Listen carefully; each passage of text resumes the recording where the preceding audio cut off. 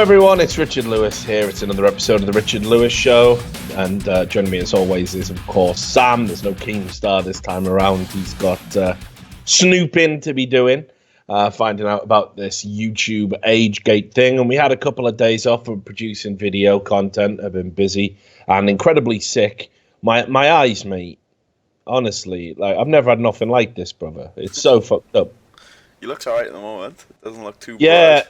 No, it's not too broad today. Like it was the last 2 days. Like I couldn't even keep this left eye open at all. Like any light going in it was just killing me. It was wrecking me, giving me migraines and stuff. So fucking bad. And I got to be on TV in a few days, mate. Better hope you don't start cornering, but. Yeah, well, that's the thing, isn't it? Like if I've already talked. This is how fucking demented my life is. I've already been talking about it with the camera guys and stuff. Like, how can you film me so I don't look bong-eyed? Yeah. If it comes down to it, and they're like, oh, we'll keep you on this side of the desk, and then I've got segments where I have to be stood up talking to camera because it's Street Fighter, so we're doing things a little bit different. But yeah, man, I've had talks about how to make me less gimpy-eyed. Like April, I never thought I would look forward to surgery on my eyeball. Like, do you know how fucked your life has to be? Right? It's like, ooh, that'll be nice. Can't wait for a scalpel to the eye. Yeah, it's gonna be good. Like, but there was some good news. Right, I've had a good day. So my case of wild turkey arrived. What a case of wild turkey. Yeah. Why though? Because I drink it often. Just gonna pour a big glug of it here, and the heat's coming to Atlanta now. It was fucking scorching hot today, and nothing's better than an ice cold bourbon on a hot day. It really refreshes you. So that happened. Then this happened. Lenny Bruce, legendary comedian. Yeah. Why are you laughing? This just happened, and you ask us if I didn't know. Yeah, because Have you had a Lenny Bruce mate? Don't ruin the magic of the show. Don't ruin the magic of the Richard Lewis show. It's not the Sam Davis show yet, is it? Yeah. I'm not dead yet. Eye bongs out, mate. Once it gives you uncurable infections. As soon as it pops. Mate, I'm getting paranoid about it, seeing how bad it can get. I've Googled some dark shit, mate. There was this video of this kid. Hang on, I'll find it for you now. Because, fuck it, you've done this. Yeah, it was Cornea. Oh, I've got him. Oh, Kid. Yeah. Kid. Let me just see. Like, I'll never find it now. I'll have to go on my laptop. But anyway, it was up late, and it was real bad. This kid had a big blue eyeball, and it was out to here. Like, they're having to do surgery on it. Like, if that happens, I'm just going to get a replacement. I'll just tag Bardolph in or something. You know what I mean? But anyway, so Lenny Bruce, obviously. Yeah. Lenny Bruce, legendary comedian. And a guy who, fought the government for obscenity. Well, his daughter just accidentally tweeted me thinking I was the other Richard Lewis. You say that, but I reckon maybe she's just a fan, mate. Because the way I was decoding it, right? She says, is it just me, or does pause 45 remind you of the story The Emperor Has No Clothes?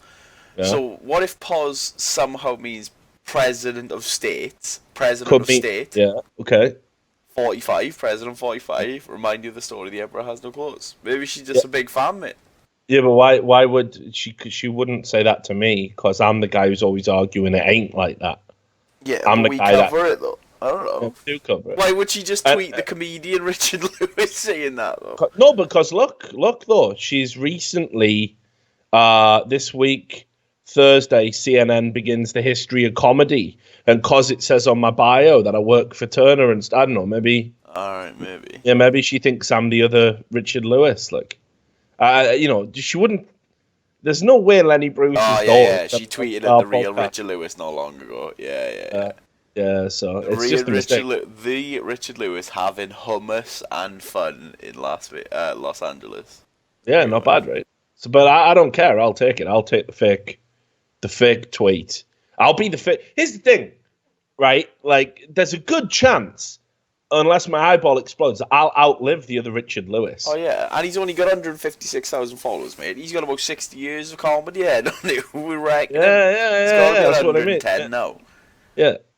So I'm there, mate. I'm there. I think we can. I think I can become. When you type Richard Lewis into Google, just look. It's me. Do you know what I mean? Look, Richard Lewis.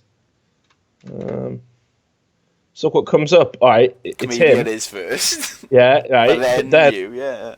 Then me. Then his IMDb, because I don't have an IMDb because I haven't been in any M's. And then YouTube, and then after that, it's just a fucking monopoly. Yeah. There's a mad thing, like there's a fucking someone's done a big muck rack, it's called, bio of me that's in there somewhere, and like they're talking about shit that I'd forgotten that I'd done. But me and Richard Lewis, you know, like he's on TV, like real TV, not esports TV. Well, he used to be. I don't know what he does now. I don't know. Probably I mean, be a washed-up comedian, I assume. Well, not. Well, no, I like him. Yeah, he is good. But you know what I mean? Being an like old comedian, just living out his years. So I'm just saying. Anyway, look. Let's get into the show. Right, I'm going to start. You don't know what this bit's. You don't know where this bit's going to go, mate, because I haven't prepared it with you. But like late at night, I was because obviously I've been bedridden because I've been so sick, right? So you know I've been looking at the things that you look at when you're in bed and you can't, you know, do much else, and that is basically obscure, dark parts of YouTube where you just like fall asleep and it just auto plays 40 videos and you wake up and it's I don't remember why am I looking at this, you know, and of course porn, and in the comment section of one of these like social justice warrior gets owned videos, I saw the maddest conversation I have ever seen on probably any forum ever. Not bad. Right? And yeah, the video was about a teacher, and I think the teacher like was trying to teach that the wage gap was real and the kids were owning him and whatever. So the conversation takes place between two people, Alien Industries and Ryan Zinner. Okay. And, right, Alien Industries. He starts it off by saying, and the kids he teaches listens to this liberal bullshit. So Ryan Zinner zooms in. He goes, and I don't want children to hear conservative fascist bullshit. I am so fucking tired of fascist Nazis like you. I mean, this guy is immediately... Reasonable jump. Yeah, just reasonable. All this guy has said liberal bullshit. And it shows the fact that if you criticize liberalism in any way, shape, or form, you will be immediately branded a Nazi. So I'm so fucking tired of fascist Nazis like you telling people who actually educated themselves on who really controls the wealth in this country, what your problems and the problems, blah, blah, blah, blamed on liberals. And then you can go to the second one here because I expanded it. Because like Andy Main came in and said it would help if you knew what fascism is. So this guy gets some digs in. He's like, look, okay, motherfucker. You want to play ball? He's ready to go, man. Yeah, like literally, he came into this YouTube comment section ready to rumble, mate. Well, this is where we play I win, you lose. What a great game.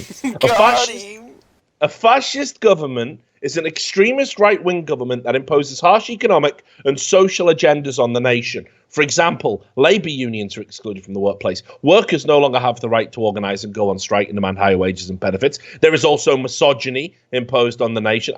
You won't find this in any definition of fascism, by the way. Women are expected to behave a certain way. Assaults and stereotypes against homosexuals and transgenders, also not in the fascist doctrine. Also transvestites. National security has proliferated immensely. Police forces are militarized, and there is manipulation of the media. Sounds like the Third Reich, huh, motherfucker? One more thing. You opt out of Social Security or any kind of social insurance. Don't expect any assistance from the government in time crisis. Means in a time of crisis. Is that clear? Well, listen, right? Alien Industries is fucking pissed off, mate. He is fucking really pissed off. And just watch this. I am tired of fucking low-life cunts like you calling people Nazis. Is that all you have, you fucking simpleton? You're a disgrace to the human race, you fucking cunt. And what's worse is you think I'm fucking young, stupid American twat like you. I'm 40 and probably worked harder in my years of self-employment than you have ever done in your entire life. That's the problem with fucking stupid liberals. They think everybody against them is stupid and Republican or socialist, fucking Nazi, fascist. I don't even know where he's going with that. You really have been brainwashed by your peers. It would seem you are triggered. Go play on the freeway or go to your pro-liberal safe space like all the other George Soros-funded libtards, fucking queers and anarchists. Again, fuck you and your mother. You did not sacrifice fuck all for me, as I don't even live in America. The problem with assumption is it makes an arse out of you, not me. Fucking little cunt. 3 exclamation marks. But then he wades in, right? Like, again, this guy came to rumble. And he says, Ryan Zinsch, University, former airman at United States Air Force, studied liberal arts. Is this you? Lol, fucking liberal cunts like this guy are brainwashing the next generation to keep their jobs. What a joke you are. So we can go to the next one. So, right? Oh, we'll ignore the Andy. Oh no, we can do this. We can do this actually. This is interesting. He hasn't even addressed the elephant in the room that this Alien Industries guy's just doxed him because he's on a YouTube comment section using his real name. Yeah, bro. Right, and calling people Nazis and talking to people like that.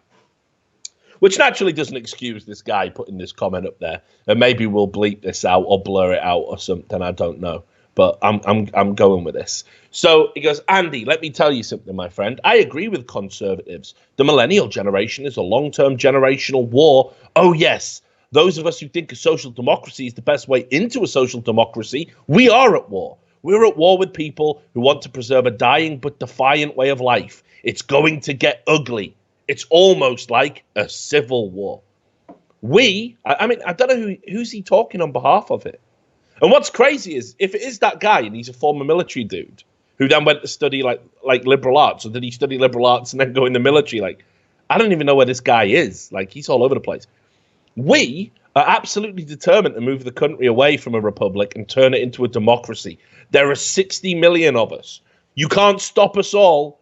We are determined to initiate pro-labor union laws, eliminate sub-minimum wage laws so learning disabled people can get a full wage. We intend to strengthen social security. We want a single-payer healthcare system. We want the student loan debt gone. We want to lower the retirement age. We want to get tax rates back to what they were under Eisenhower. Yes, my friend, we are at war and we're going to win. Why? Because I guarantee you many Latin Americans, especially Brazilians, Italians, Spaniards, want their share of the pie. Cheat them, we'll see. And it was probably at that point, Sam, I realized that guy's fucking demented. Yeah, it was probably then, right? Let me just see. Yeah, okay, good. So, Alien Industries comes back, right? Triggered motherfucker. I owned 2 houses before I was 20. But why? And still have all my hair, you fucking cunt. I would fucking pound you into the ground like you were a matchstick. I benched 200 pounds before breakfast and 6 feet for almost 280 pounds. You are a twig with the intelligence on par with a penguin. You are a fraud and a cunt to boot. Again, fuck you, your mother, father, and everybody you know, you skinny weed of a human. There hasn't been a full stop yet, Sam. This guy is just, mate, he's just free typing at this point, right? You may look like one on the outside, but you're just an empty shell with a 1-cent coin rattling around inside. Now go to the airport, jump on an aeroplane, and fly your shitty ass to Australia. You would last 5 seconds out here, you twat, hiding behind his PC, threatening people just like all the other libtards with no moral high ground, and most likely still lives with mommy. Go have a cry, cunt. Trump won. Your side lost. Get the fuck over it, cunt. And then he comes back again. This is where it starts getting good, Sam. Oh, and did I mention I belong to a bikey club? It doesn't sound as good when you call it a bikey club, does it? No, it doesn't. It's not. Bikies. It's not as intimidating, is it, Sam? Like, is it? What are you, bikey? But maybe they do say that in Australia, and it does mean something completely cool. But I just don't think that's very. Biker sounds way harder. Yeah. Like way tougher. Right? Did I mention I belong to a bikey club with many chapters all around the world? Now I know who you are. It will be easy for my chapter brethren in Miami to track you down and make you dig a shallow grave. reasonable. TikTok, TikTok, have a nice day now, you're here. Comes back again. You got nothing, bitch. He's so chimp. You got nothing, bitch. Bring it, twat. I'm not scared of you. I've had hits on me before. No, why? No one's trying to hit you. This guy's not going to... He's not hiring a hitman, is he? Right? And guess what? I'm still here, cunt. Nice try, ex-Air Force bitch. I'm ex-Legion. They don't just take anybody. I presume he means French Foreign Legion. They don't just take anybody. And now I have 3 passports and I'm multi-skilled in finding people like you. This guy's Liam Neeson from Taken. I have a certain set of skills. Oh, a neighborhood, kids, does not make a gang. I belong to a club with thousands of foot soldiers and 1%ers to do my work. You are going to be scared very soon. I promise you that. Then he comes back again. Tick-tock, tick-tock, tick-tock. Do you hear that? That's the sound of life passing you by. All right? So, Ryan Zinner, pretty soon, you'll be in jail. Lol, don't think so, cunt. Pretty soon, you will be in a shallow grave, begging for your shitty life. TikTok, TikTok. Why a shallow grave? Like, if you've got the time, put them in a deep grave. Okay. I just reported your comments to law enforcement. And then, this is where it gets interesting. Alien Industries comes in and goes, I can send another email to call them off. All you need to do is apologize. Very simple. Zinner, you threaten my life. Law enforcement is on the way. Alien Industries. Oh, you do realize that YouTube has no jurisdiction outside of the US? I mean, YouTube has no jurisdiction whatsoever. Woo! With the YouTube police, right? YouTube has no jurisdiction outside of the US, and all they can do is maybe ban me or give me a community breach mark. Been there, done that, dickhead. What are you in for? Community breach mark on YouTube, mate? Fucking hell, I'm not going to... Definitely not going to fuck him in the shower. I'll just start another channel and fuck with you even more. How about your threatening comments to cut my nuts off? Where is your gang now, cunt? So here we go. You go your way. I'll go mine. You are just... So Alien Industries comes back. You are just a scared little prick making threats first. And if and when YouTube even get round to looking into it, they will see you as the instigator. Good luck in the next few days. I'm still waiting for that apology. You first. Nothing. You blame liberals for your problems?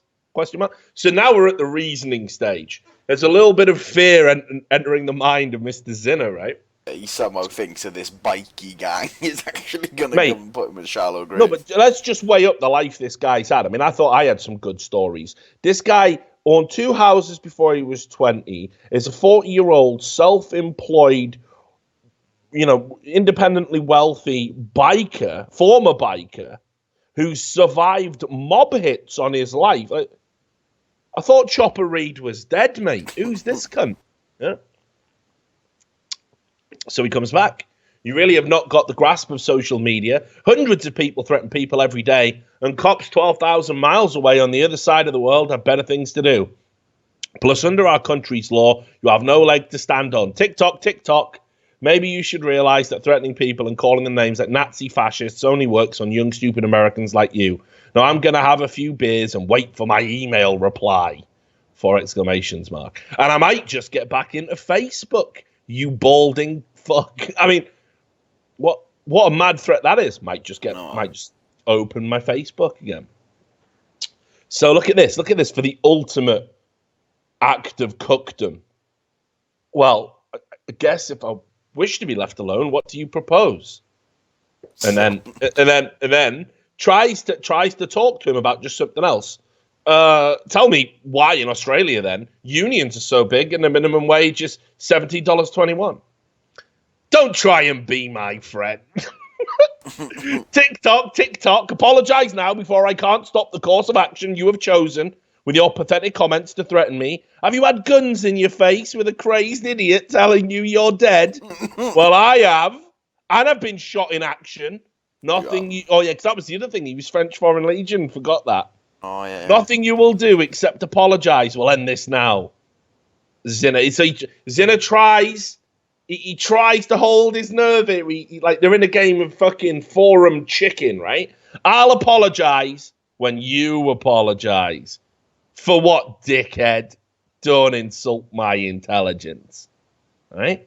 So then you looked into me. You're an Australian? Well, I talk to Australians all the time. Even they admit we're fucked up and we got a shit president, so I want an apology. TikTok. Oh, look. Just got confirmation. Just there, then. An email. Just said, I'm doing him now about shallow graves. Yeah, no, but just imagine that, though, as well. Like, I'm going to get a hit on you. Let's do it by email. Yeah. Yeah, like, just send me that time-stamped email. Yeah, I'll kill him, but... Well, the police will never crack that one. It's go time, cunt. So, look, Zinner absolutely pussies it. I guess I have to admit defeat in this time. You outdid me. I guess I have to apologize to save myself. Do you agree? Well, I guess I do apologize then. Right? So do you think this is all over, Sam? Mate, there's still twists and turns left. It's beyond a joke. Problem solved. I will call the dogs off. But I'm not your enemy.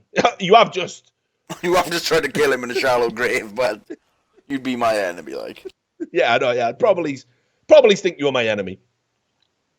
But I'm not your enemy. The Nazis don't exist under any government. I mean, apart from the Nazi ones. Yeah. The world wants change, and anybody over 30 years of age will know how great America was before Bush and Obama fucked it all up. And Bush was not liberal, but Republican. Any Republican trying to change the history of America for good has been assassinated for it. One of the many reasons history is not a lesson taught in schools today. We are all human. It is. I'm going to say... It definitely is. Definitely went to history class when I was at school. Right, and he said, I'm personally sick of war, as many of my friends died, blah, blah, blah, blah, blah. Right, whatever. So, Ryan Zinner, where can I find you? All right, don't know why you asked that. One more thing, my Aussie friend, before we depart from this venture. Not a venture, just a mad... yourself. Yeah, just a mad forum argument with you shitting yourself. If you think capitalism is great and liberals are your enemy, ever heard of the War of 1914? 60,000 Aussies died at Gallipoli. A whole generation of Britons did not return, and there was nothing to do. Nothing. World War I and II. Greed. Well, until our next debate, I bid you farewell. Fucking hell. Mate, not over. Well, it comes back. Well, I reread your comment. Tragic, isn't it, though? A whole generation of young men in 1914 that could have advanced democracy and labour education or whatever was destroyed.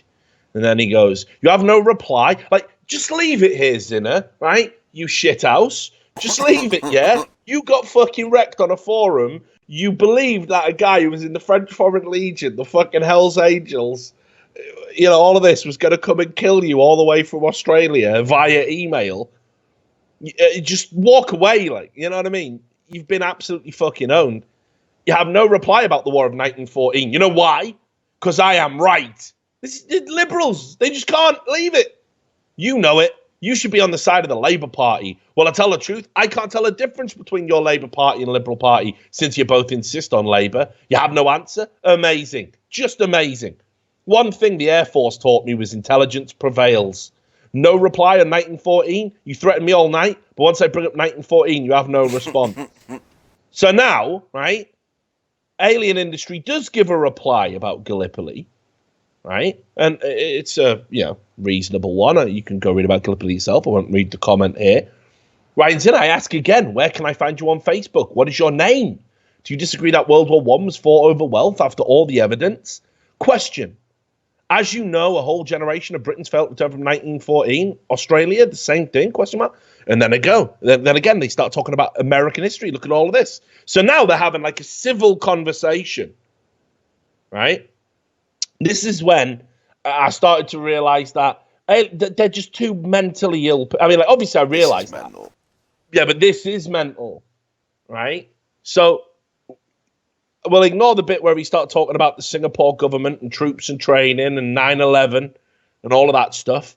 And he goes, so you can see that fighting will never change things. And just shouting Nazi fascist every time someone disagrees with liberal policies and lack of transparency does not change anything, but it does widen the divide between the world and create more disharmony. That is a sensible comment.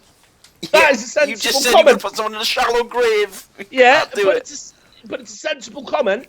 And then he follows it up with, I'm not on Facebook. It's controlled by Zionist globalists and is highly censored. Quit 4 years ago, and I don't watch TV either. Right? And then he explains how he found him. And he said all he had to do was Google your name. Right? And he said, what you need to realize that Trump is not part of the old boys club like Skull and Bone Society or Bohemian Grove Satanists. This guy reads InfoWars and is fighting every move they make to keep control of you and only wants freedom of America and give you what you need. He only used the Republican Party to get his foot in the door. And then, right, are you saying you intend to intrude on my private life? Mate, he's just posted your fucking name, what college you went to and everything. And then he goes, after all, my greatest wish is for people to leave me the hell alone. Maybe don't antagonize them on the internet. There's some scary people out there, right? And look how it ends here. So, what do you suggest I do to protect myself? You missed a banger line, though. Oh, where? He said, you must forgive me, though. Although I am slow to comprehend info, eventually catch on. So yeah, very slow to comprehend info. So he comes down here, right? And he says, don't use your real name online. It was as easy as cut and paste into Google. Top listings are usually Facebook accounts. Your name is unique, and it took me 3 minutes to find your details. I have no need to intrude on your private life at all. And yes, the Australian government is being infiltrated by Muslim groups and idiots playing into this culture. So Facebook's controlled by the Jews. Australia's controlled by the Muslims. There's nowhere to go anymore. And he says here, like, I don't enjoy living in fear. What should I do? Should I change my name? Right? And then he just goes, you're starting your shit again. Just one email and my dogs will remove you permanently. The choice is yours, mate. I simply stated how easy it was to find stupid cunts like you. And lo and behold, the argument started up again. And nothing was resolved that day. Is that the maddest? Is that the maddest conversation you've ever seen on the internet? That is pretty mad. I have literally never seen anything like that in my life. So pretty mental, right? So look, let's lead into online harassment and our old friend Kurt Eichenwald. Right. You remember him, right? Yeah. Okay. Well, for those who. Yes, well, for those who haven't been following the show or don't follow what Kurt Eichenwald's got up to,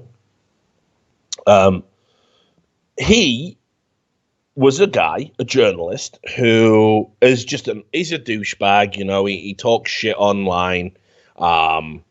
You know, he absolutely lost his mind when Trump got elected, like so many other people. And his entire Twitter feed was just him spamming like completely false allegations about Trump. And for some reason, Newsweek keep him on employed, even though he's clearly mentally ill. He's had a psychotic break. That was evidenced when he went on Tucker Carlson's interview show and pulled out an empty folder of imaginary things that only he could read. And in the aftermath of all his embarrassing public appearances, somebody decided to send him a GIF, which was a strobing GIF. Now, Eichenwald apparently is known for having epilepsy. I guess that speaks volumes about his work and contribution to wider society, that it's a talking point that he's an epileptic. You know, and obviously epilepsy, it's a varying scale. I've been around a lot of epileptics in my time, and the people who have chronic epilepsy, it's very debilitating. It's not something to, you know, take lightly at all. But Eichenwald got this flashing GIF sent to him that said, I hope you have a seizure, and then immediately had a seizure, apparently. I mean, according to not just him, but his wife, who took over his Twitter account immediately after the seizure, saying, this is Kurt's wife, and I'm so unconcerned about the seizure my husband has had that I am on Twitter right now to tell you he's had a seizure. So, look, my views on it were clear. I think the story stinks. I don't think it stands up. But it's quite interesting because apparently his personal physician has stated to the police, certainly hasn't said it in court, which is where this case is going, as you're going to see. He has stated to the police that he did verify he had a seizure. He said he did. Now, I'm not saying his doctor's lying, but again, I do find it incredibly suspicious. How does his doctor know, though? Well, I mean, I imagine there's ways of checking up. After someone's had a seizure, there's certain symptoms, you could tell by doing an examination. So I'm guessing the doctor was called out. Doctor came and said, "Oh yeah, you've had a seizure. Here's some medicine, or this will help, or you know what to do, or there's nothing serious here." But yeah, the doctor actually said to the police that it increases the likelihood of him having seizures in the future, which again just seems too perfect for what Eichenwald wanted to prove. I mean, look, I'm a cynical guy. I'll wait and I'll judge the evidence as it's presented in court, but I don't buy it. I don't think that, first of all, on Twitter, if you were a serious epileptic, so to have the degree of epilepsy that would require you to, after a few seconds looking at a strobing GIF, to have a seizure, that's incredibly debilitating. You need all kinds of filters for monitors. You have to have certain lights. None of these things are going to prevent you having seizures. Seizures are going to be quite a regular thing if you're at that level of photosensitive epilepsy. And you have to take all kinds of medication. And it's just an awful thing to have happen to somebody. It's an awful way to live. Definitely wouldn't be able to go onto TV sets all the time so openly and freely without wearing special glasses or anything, right? Well, this is the interesting thing. I think it might even have been the next day after the seizure. He did go on TV saying, "Troll's not going to stop me," tweeted out about it, and did a TV appearance and seemed perfectly fine and lucid. Now, I sit under TV lights for a living, and I get ocular migraines, and they fucking beast me. They really can be oppressive when you've done a full day, So I'm not saying that this is all, reasons to doubt his story, but they certainly put doubt in my mind. So anyway, he immediately said, "I'm going to report this to the police and we're going to get a case going." And personally, because keep in mind, the guy was called Jew Goldstein, I think it was, on Twitter. Good luck finding that one. Well, they did find the guy. This is the utter madness of it. So we'll go to the announcement. Kurt Eichenwald couldn't help himself. You'll notice he's updated his profile pic after Mike Cernovich mocked him for having one from about 20 years ago, calling him a catfish because he had a wonderful head of hair and a jawline and doesn't have any of those things now. But after a 3-month investigation, the FBI this morning arrested a man who assaulted me using a strobe on Twitter that triggered a seizure. He currently faces federal charges and is expected to also be indicted by the Dallas District Attorney on different charges in the next few days. Identifying information about every person who sent me strobes after finding out about the assault is currently in the hands of the FBI. More than 40 people sent strobes once they found out they could trigger seizures. Details of their cases are with the FBI. Stop sending them. I want to thank Dallas Police, Dallas District Attorney, the U.S. Attorney in Dallas, the FBI, and the Department of Homeland Security, who all played a role in this case. And you will see here immediately Goebbels Jr. tweets, great use of tax dollars, and the same strobing GIF that was sent. So, people aren't very approving of this. Now, just to be clear on what I'm saying here, do I think sending strobing material to people who have epilepsy, do I think that's a good thing to do? No. Do I think that's the right thing to do? Obviously, no. Do I think it could be dangerous? Sure, in a very insane, bizarre set of circumstances. Keep in mind, Twitter has the option to turn off autoplay on all GIFs. So if you had incredibly sensitive epilepsy, you would probably have that activated. Kurt Eichenwald, for some reason, decided not to, which isn't to say he deserves a seizure if he had one, but certainly it sows doubt in my mind that this story is at all credible. But they got the guy.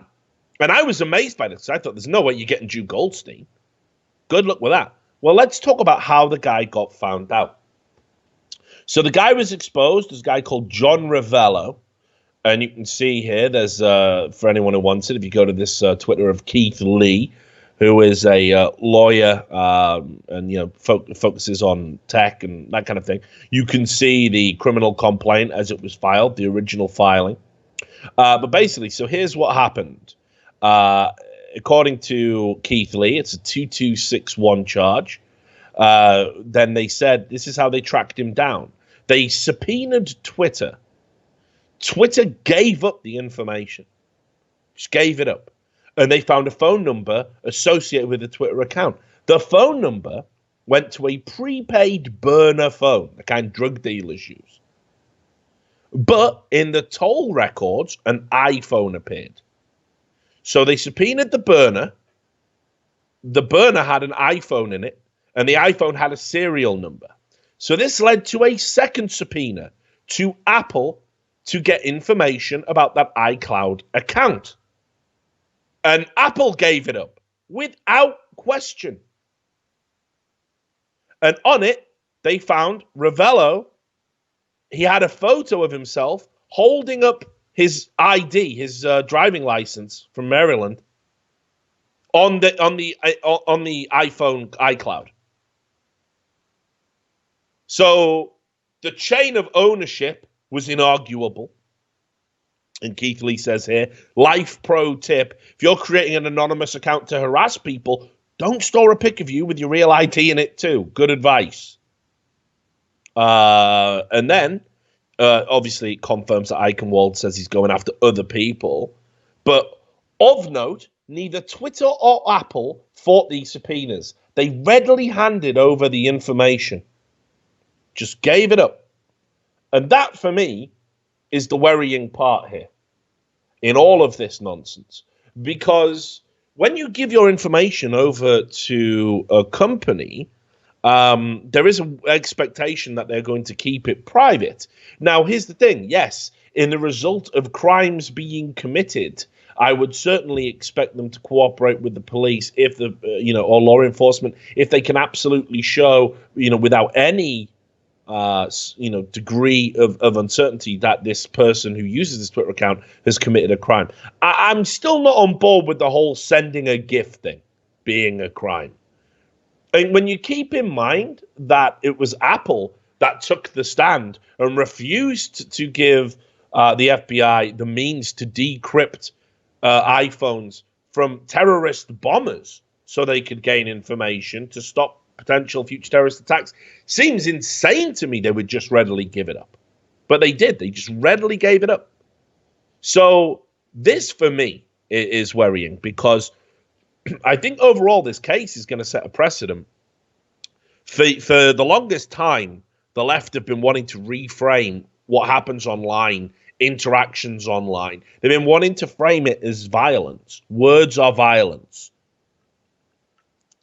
Hurt feelings are the same as hurt bones. And even though we've got no evidence that this guy has had a seizure or whatever, the mere assertion that he's had one is enough for Twitter to just comply and give up all of the details of the person that sent the offending GIF.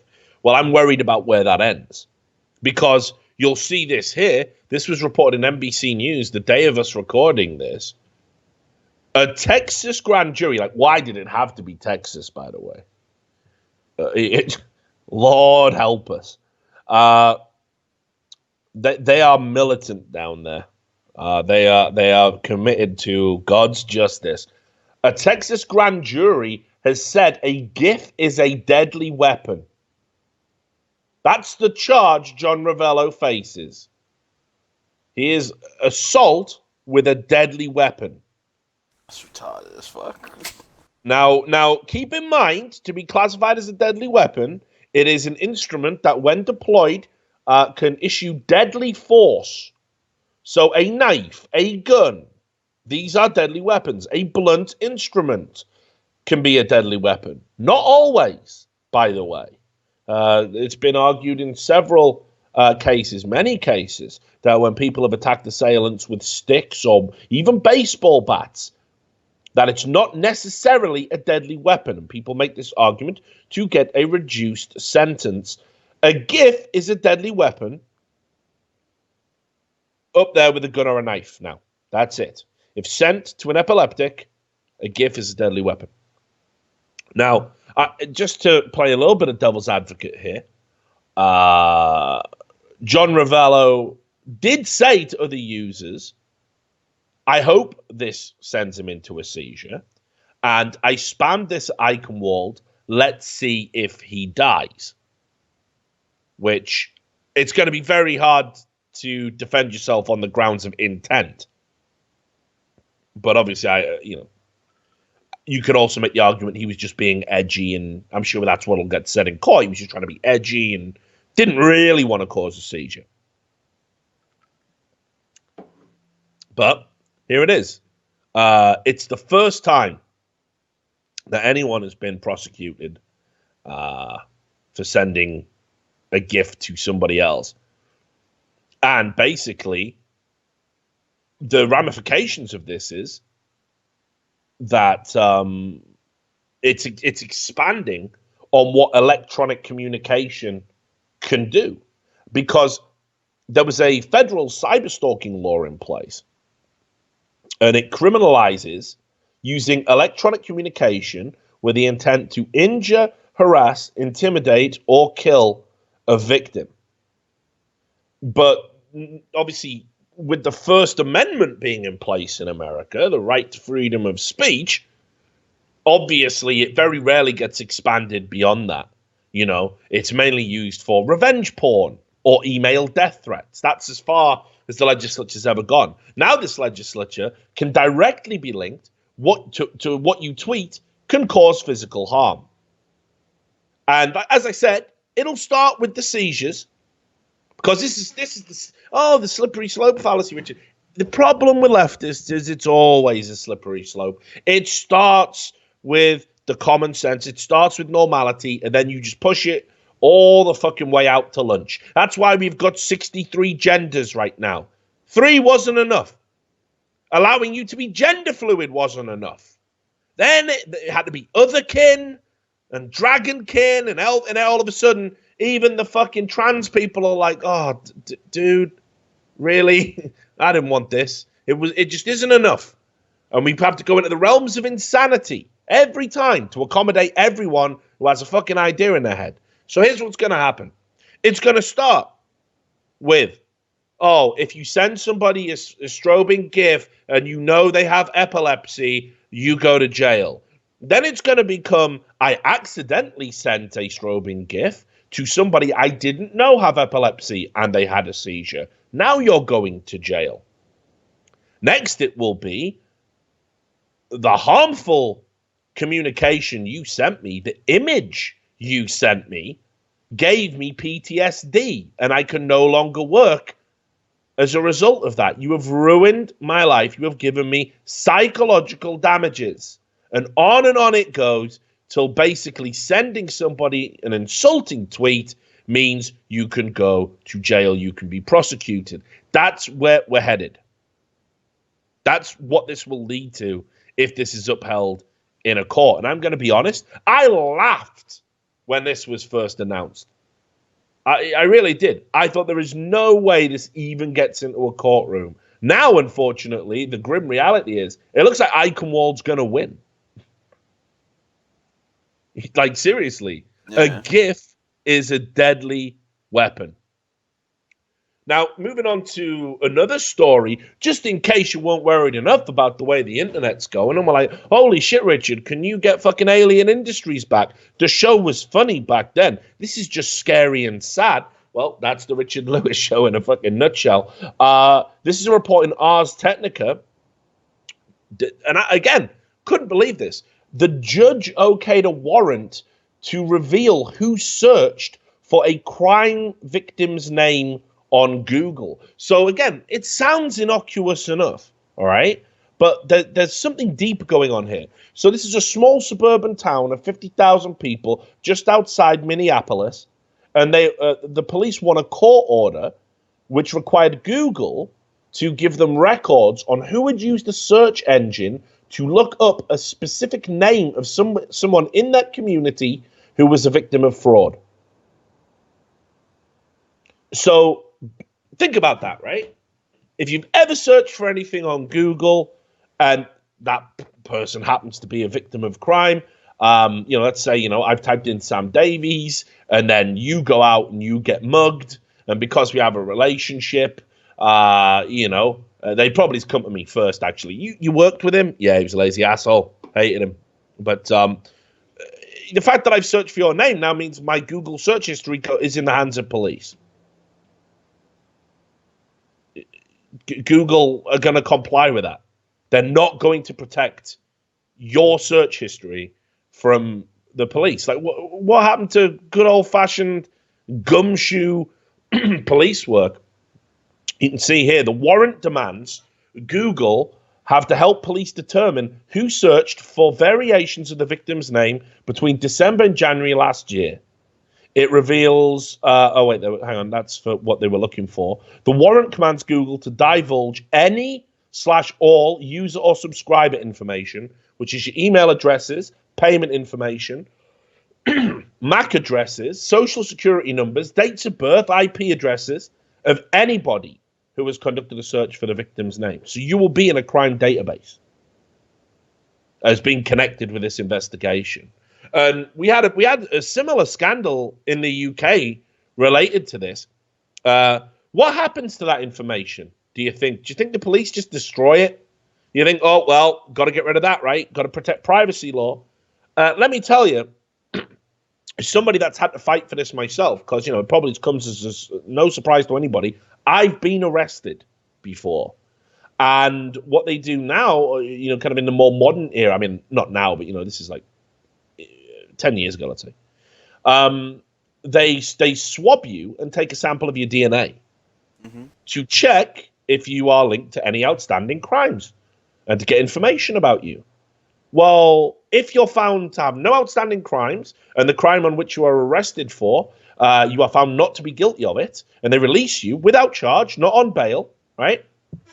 They have to destroy that DNA sample by law, but they don't. Because that's how they build up their database of DNA samples.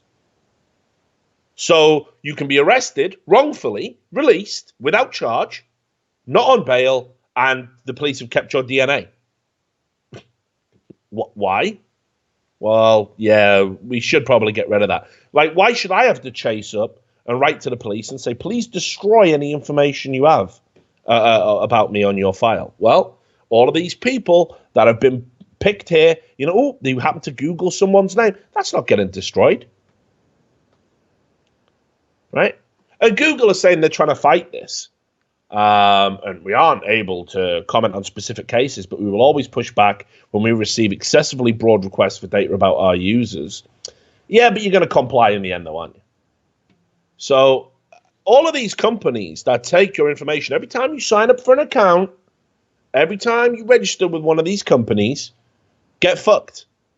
They're going to keep your info, and as soon as there's any excuse for any law enforcement agency to be digging into it, whether you've done something or haven't, they'll just give it up. They'll just give it up because it ain't worth the fucking headache.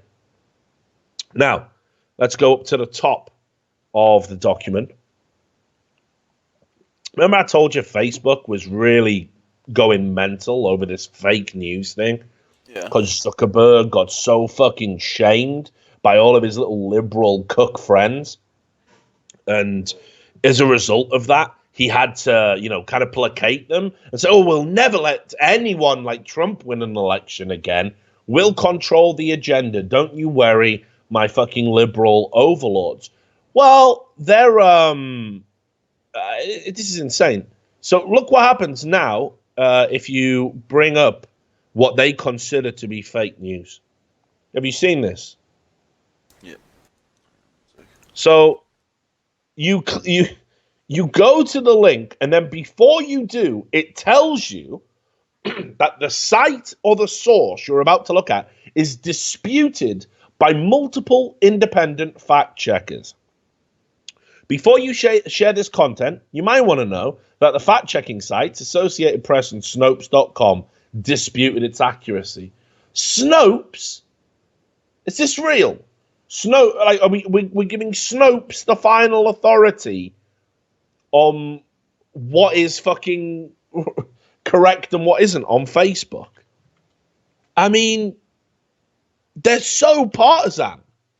It's beyond a joke. This has been proved multiple times that Snopes has inherent bias. They've shown it a bunch of times. And the thing is as well, Snopes is a fucking mess of a website. I mean, it really is. You can see here, there was all sorts of stuff going on.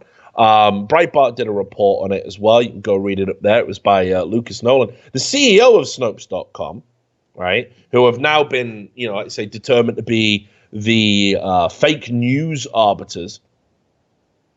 They got embroiled in the people who run it were just a couple. They got embroiled in a huge, dirty divorce. And it turns out that the person in charge of Snopes has been appropriating company funds to spend on holidays and prostitutes. And you can see, this is from the divorce proceedings, that David Mickelson embezzled $98,000 over 4 years, which he, quote from the document, which he expended upon himself and the prostitutes he hired. So hang on, right? Let me just be clear about this. You think this is a good idea to have a man who embezzles company money, $98,000 of it to be precise, over 4 years? This isn't a lapse of judgment. This isn't putting your hand in the cookie jar once. This is systemic dishonesty. You think this is the guy who should be, his company is the one that should be dictating what is true and what isn't on the internet. It fucking blows my mind, dude, that people can't see through that. And again, you should go read up on this. The documents, the full divorce documents are out there. And just to give you some other little insights into Snopes, they've said in the past, we don't take a political position. Well, it turns out that the current wife of this guy who did all of this shit ran for Congress as a libertarian. She's distributed cards that read, "Let's defeat Bush," condoms with the words, "Don't get screwed again." And, they definitely have political leanings. They're definitely, they're not completely apolitical. I don't think anybody can be apolitical. What you should be doing as a fact-checking organization is just laying out everything bare. And unfortunately, what you see time and time again is if Donald Trump says something, it gets the big red wah, wah, completely false. If Bernie Sanders says the exact same thing, they give it a partially true. This is ridiculous. This is absurd to try and claim that they're partisan. And again, it's not like Facebook are interested in, kind of not being a laughingstock here. They're in talks with Pakistan to help investigate blasphemous content on Facebook. They want Facebook to help them enforce blasphemy laws. Now, I don't know about you, Sam, right? But given that God isn't real, okay, I don't want to upset anybody here. Like, you believe in your imaginary friend if that's what gets you through the day. We've all got something. I drink whiskey. You believe in God. It's fine. And I'll happily debate you on the point. But at the end of the day, if you go home and you keep it in your four walls and you pray and they're the values you live your life by, definitely practice your right to religious freedom. Completely on board with it. When you start telling me what to do because your imaginary friend says it's the only way to live, that's when you really got to go fuck yourself. I mean, that's when you have to literally fuck yourself forever. Fuck yourself forever. Because I'm not interested in that. I don't believe in your imaginary friend. therefore, he doesn't get to dictate how I live my life.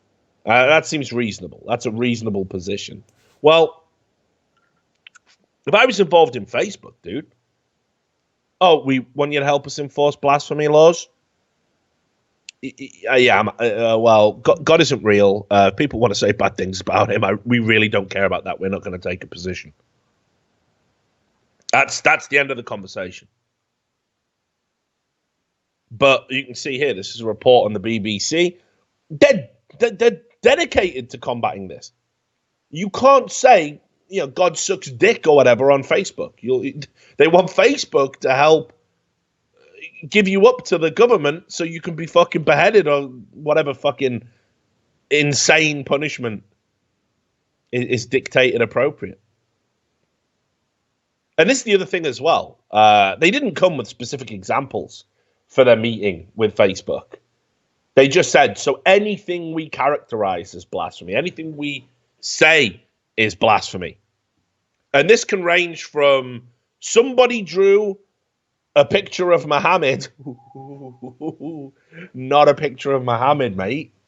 Not a picture of Muhammad, who probably looks like every other cunt who believes in Muhammad and Allah, right? Like just a bearded dude, right? Not that picture, right? Or if somebody says anything bad about the Quran. Now imagine living in a Muslim country and you wanted to use social media to express your frustrations with being in, a state like that. Let's say you wanted to talk to your friends, which that's who it's meant to be on Facebook. That's who you're meant to be, talking with effectively. You want to talk to them about, I've got doubts about my faith, or I don't like this passage of the Quran. Well, apparently the government has to step in at that point, Sam. That's gone too far then, mate. And Facebook are entertaining these people, and they will not make any public comment about it. Because, again, they are happy to meet the delegation. You slam the door in their face, don't you? That's what you have to do as a sensible, believer in personal freedoms. If a bunch of religious zealots come to your door and say, right, let's talk about how we can oppress people and effectively use technology to govern thought crime. And send people to their house if they do blasphemy to beat them with stones. Yeah. Reasonable. Yeah, it's end of conversation. Sorry, we don't endorse that. We're happy to comply with any laws of the country, but there's some laws we're just not going to get on board with. We're just not going to get on board with your wacky nonsense. But yeah, Facebook are entertaining them. So again, it gets back to this whole thing. Like Facebook, they claim to have values. They claim they want to make the world a better place, but they're happy to put inherently dishonest people in charge of determining what's true and what's false. They're happy to sit down with governments that actively want to impose thought crime on their citizenry, as long as it keeps them in a position of being the status quo. Because nobody wants to get, oh, God, imagine if Facebook was banned in Pakistan. That's going to reduce the traffic. It's not going to go down well at that next shareholder meeting. It's pathetic. So, let's do some funny stuff. Or rather, let's do some not so funny stuff. Now, I know you're a big fan of comedy, Sam. Who's your favourite comedian? Dave Chappelle. Not bad. Is he really your favourite of all time? I think so. I think he's up there. Favourite bit? I don't know. The one you sent me the other day is a bad bit. Classic. I don't know if we can bring that up on the show, though. Yeah, well, I haven't watched his 3 because he's releasing 3 Netflix specials. Yeah. I watched that after the show, probably. Yeah, I love the bit he did about male rape. Like just how I did that. Yeah, love that. The whole bit, right? Like, we ain't got no hotline because that's a tough call for us to make. You just gotta walk it up. Caught me slipping. Damn, got raped. Caught me slipping. Caught me slipping. Now, Dave Chappelle's good. I'm a big fan of Dave Chappelle. I still don't think anyone's ever going to go past Bill Hicks for me. I still think Bill Hicks is the greatest of all time. I thought you meant currently living, obviously George Carlin, Bill Hicks. Yeah. But I mean, like, living, it's hard. Stanhope's fallen off a little bit, lost a little bit of his edge. I still listen to his podcast, though. which is a train wreck. Yeah, that's why I like it. Makes our show, makes our show look structured and thought out and planned. But okay, well, I think is the name Amy Schumer? Yeah, I don't think she's on my list, Smith. She's not right. Top 100. No. Yeah, no, not me either, mate. Not me either. I think she's Carlos Spencer, you're above her, I think, right now, mate. Yeah. Mate, I put Carlos the Jackal above her. It's like a comedian, you know. But here's the thing. Now, I'm not saying, like, look, everyone, Richard, you're just sexist and you can't handle funny women or women's types of... funny women. I used to like Janine Garofalo. She used to do... Joan Rivers. Joan Rivers funny. Yeah, you know, like, there's definitely been funny female comics. Like, let's not pretend that isn't true. But Amy Schumer's definitely not one of them. And time again, right, she has just been caught stealing bits, stealing jokes. Now, here's the thing. It's one thing, I don't know, to like go on Reddit and repackage a joke that you've heard a million times. You think about it, the nature of jokes on a personal level, on a human level, is you hear a joke, you think that's funny, I'll tell that to somebody else, and you spread the laughter and merriment. If that wasn't true, you would never have had this conversation. So anyway, so the chief says, death by Mau Mau, I've heard it, right? And I just stole that bit from League of Gentlemen, right? And they stole it from someone before them. There's some jokes that are kind of, you know, they enter the common vernacular. But this is what makes professional comics so good. The people that write comedy, the people that actually create a new joke. That's no small thing. Comedy writing might be one of the highest forms of writing out there, like seriously. Because you've got to find something that's funny. You've got to find something that's not been done before, which is incredible when you consider the whole length of human history. And you've got to be able to deliver it in a way that makes people laugh. It's an art form, right? No doubt about it. Like, trust me, I've been up on stage, I've done stand-up, I've died on stage. Every comic's had that happen to them. I have probably had it happen to me more than most, and it's a horrible feeling. Because in your mind, it's so good, and on the page, it's so good, and you've tested it out, but you get up, and it's a comedy club audience, and they're just having none of it, and yeah, that is an awful feeling. But the one thing you should never resort to as a professional comedian is to take somebody else's art and deliver it without citation. Like, I've been to some comedy clubs where people will say, and now I'm going to do some bits by this comic, which is kind of like a band kind of playing covers. Yeah, like a tribute band. Yeah, you know, I've seen people do that. Say, I'm now going to do Chris Rock, and, you know. Yeah, or I know people who, like, steal off each other, but they have, like, a discussion, like, an agreement. I'll take some of your bits on the road, you take some of mine. Exactly, right?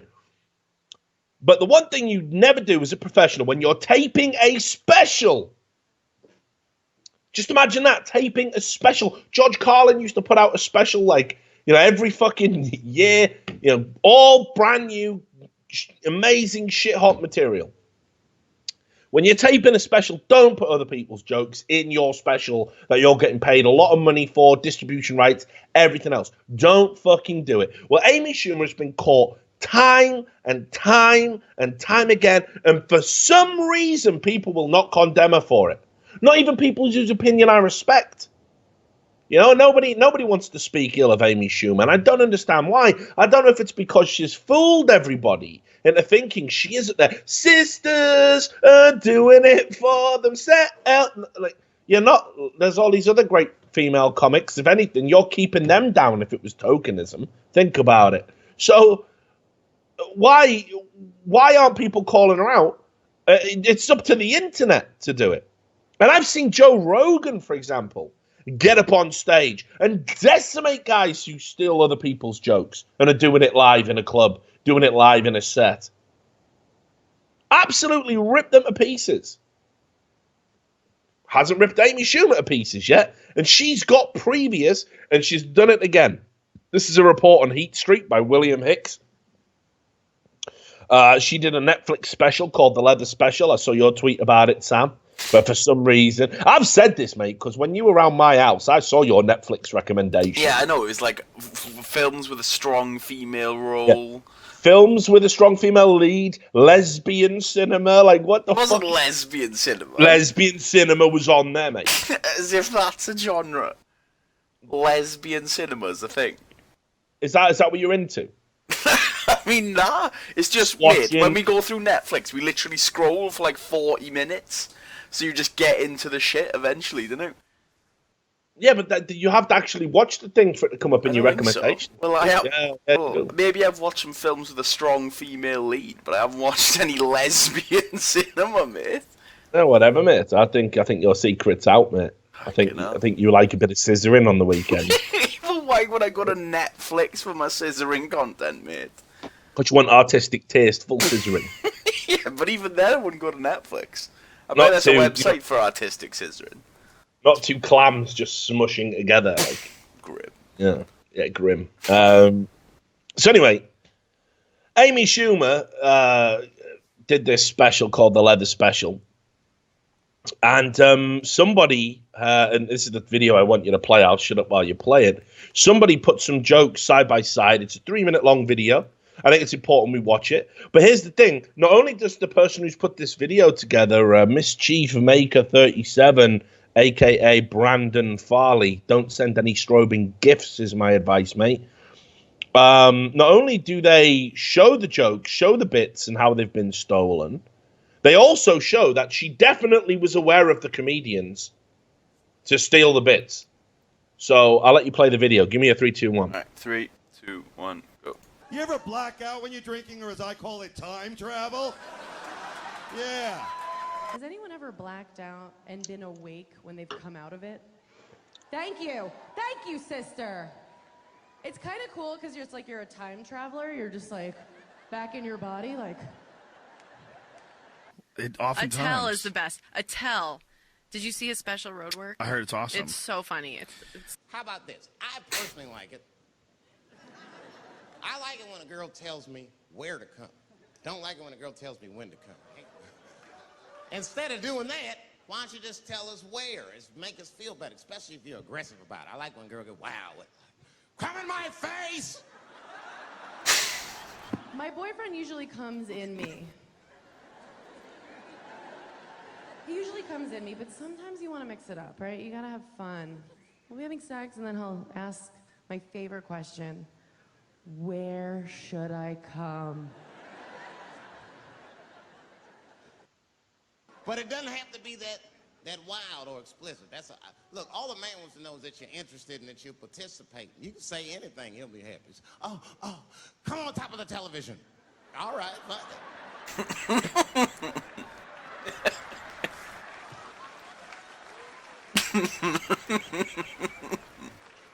the weirder the place, the better. Oh, come in my fishbowl. Damn, fishbowl. Where should I come? As a comic, I want to fuck around and be like, in this jar, and just like. It turns out you can tell it better. I have pretty eyes. People told me that I look like my body looks like a melted candle or something. What? You would be so lucky to fuck us, kid. Oh no, I would be very unlucky. You're like melted candles.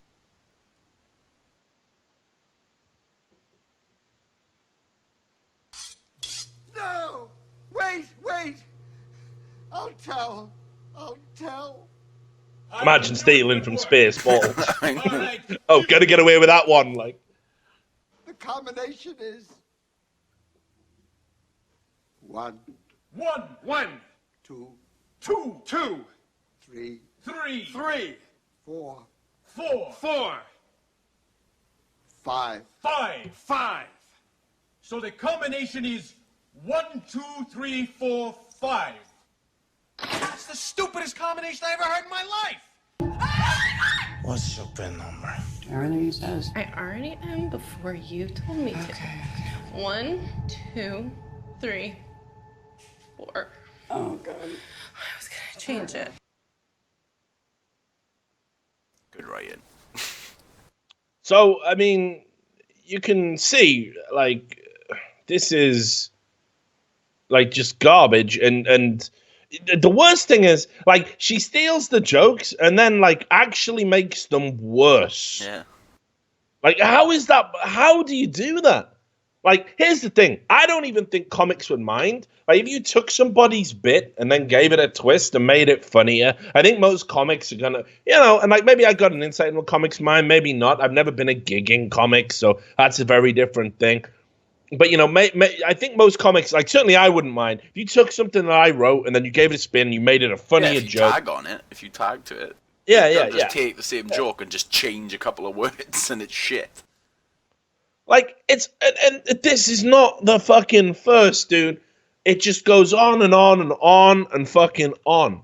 Now, let me also bring this up, see if I can find it. Because Sagan tweeted about it as well. And obviously he tweets a fucking lot. So this might take a while. Let me just find it. And also he got suspended again today. Yeah, I saw that. Of course, like, because why wouldn't he? No, I don't even think he knows why he got suspended this time. Like, literally suspended. And, like, it took all his followers away as well. Let me just, fuck me, dude. This guy really does tweet a fair bit, doesn't he? Well, anyway, okay. So he tweeted a bit saying, it amazes me that this, got this comedy genius got bad reviews. And it was like a clip of Amy Schumer. Oh, here it is.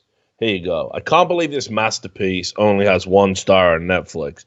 Just play this clip from it, dude. If you laugh, like, we're done. Like we can never be friends.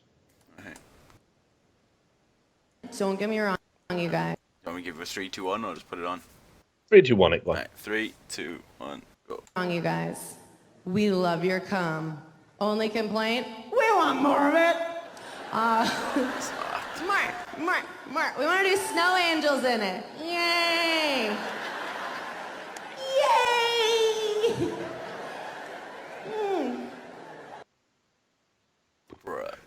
Now, have you ever been on a work night out and got stuck with the fucking the heifer? Yeah, the heifer who, the one.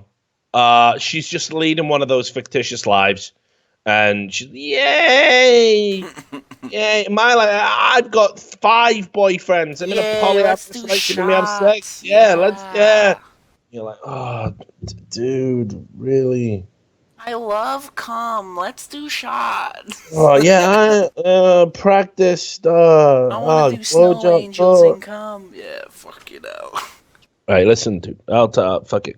I'll tell you a story here. You'll like this one. So I'll tell the full thing. So when I was at university, I used to live with an Irish chick who was very dear to me. She still is. She's a good friend, great person.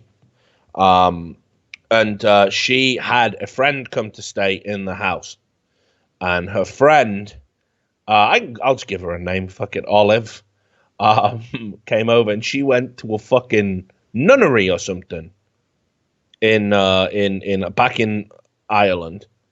And anyway, our days back then, they weren't complicated. We used to play Grand Theft Auto 3 on the PS2 and smoke weed. And that was that. We had all of this guest staying, and she was trying to play up to that. Oh, I went to a Catholic nunnery type thing.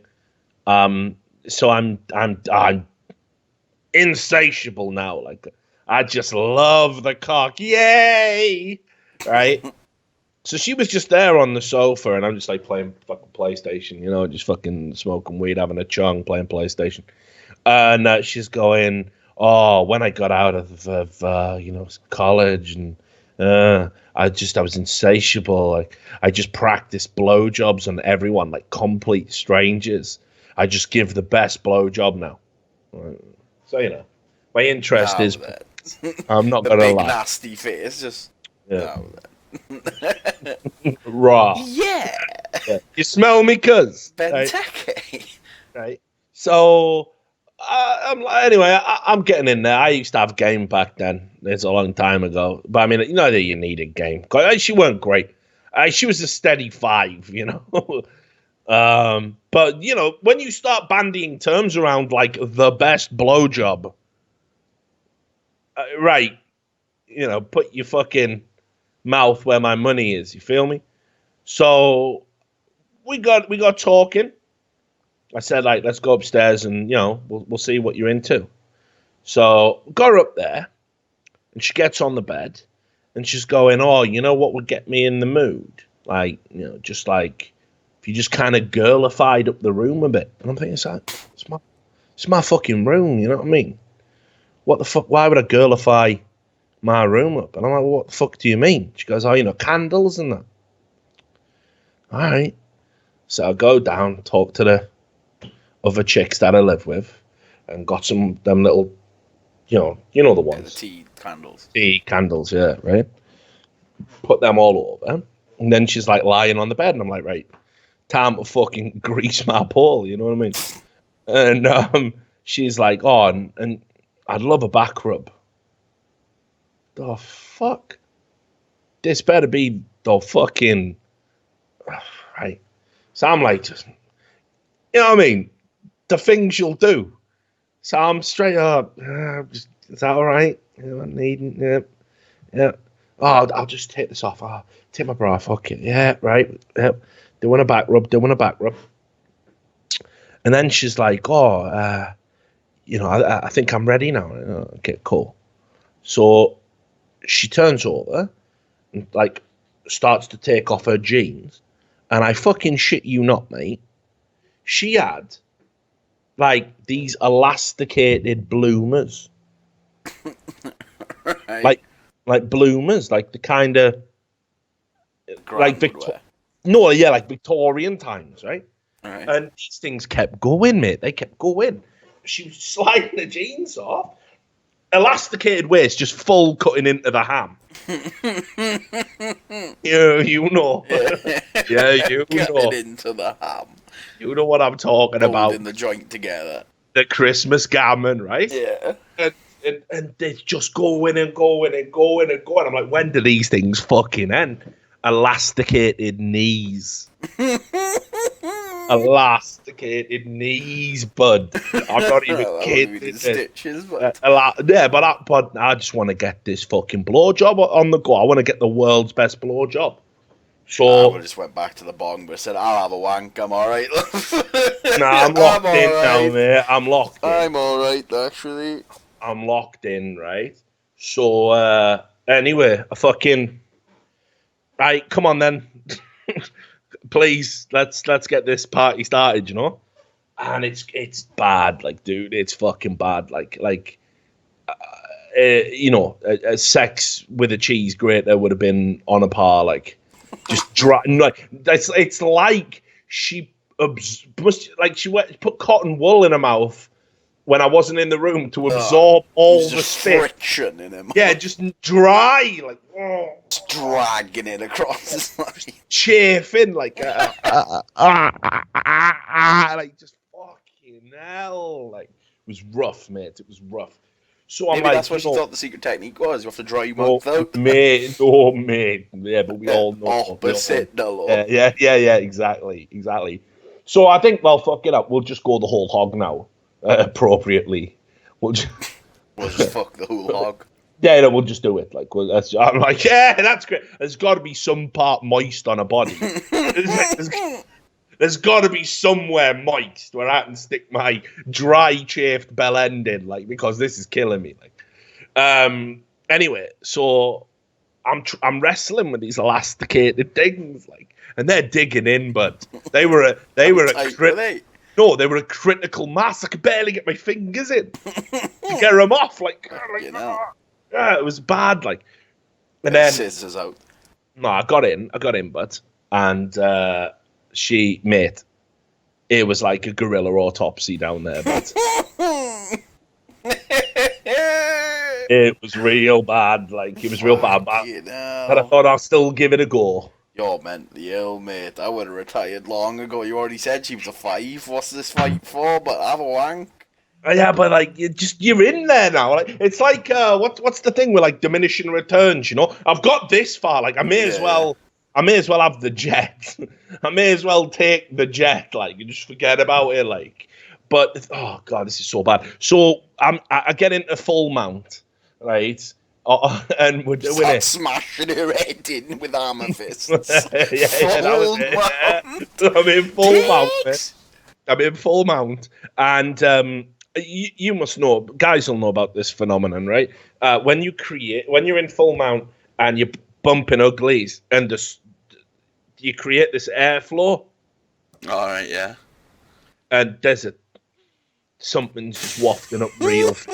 Oh man. Yeah, it's just wafting up real bad. Like I wouldn't even say anything. I just pull out, walk out the room. No, it is the thing. So I just sort of did. Like I said, oh, you know what, darling? You know, because you're Catholic and that, I'm gonna go get I'm gonna go get a condom. I'll be right back. So I just ran downstairs, ran out my house, and I slept on my mate's floor until she fucked off back to Ireland. Like I was having fun. Awful times. Peace. And that chick reminds me of Amy Schumer. So anyway.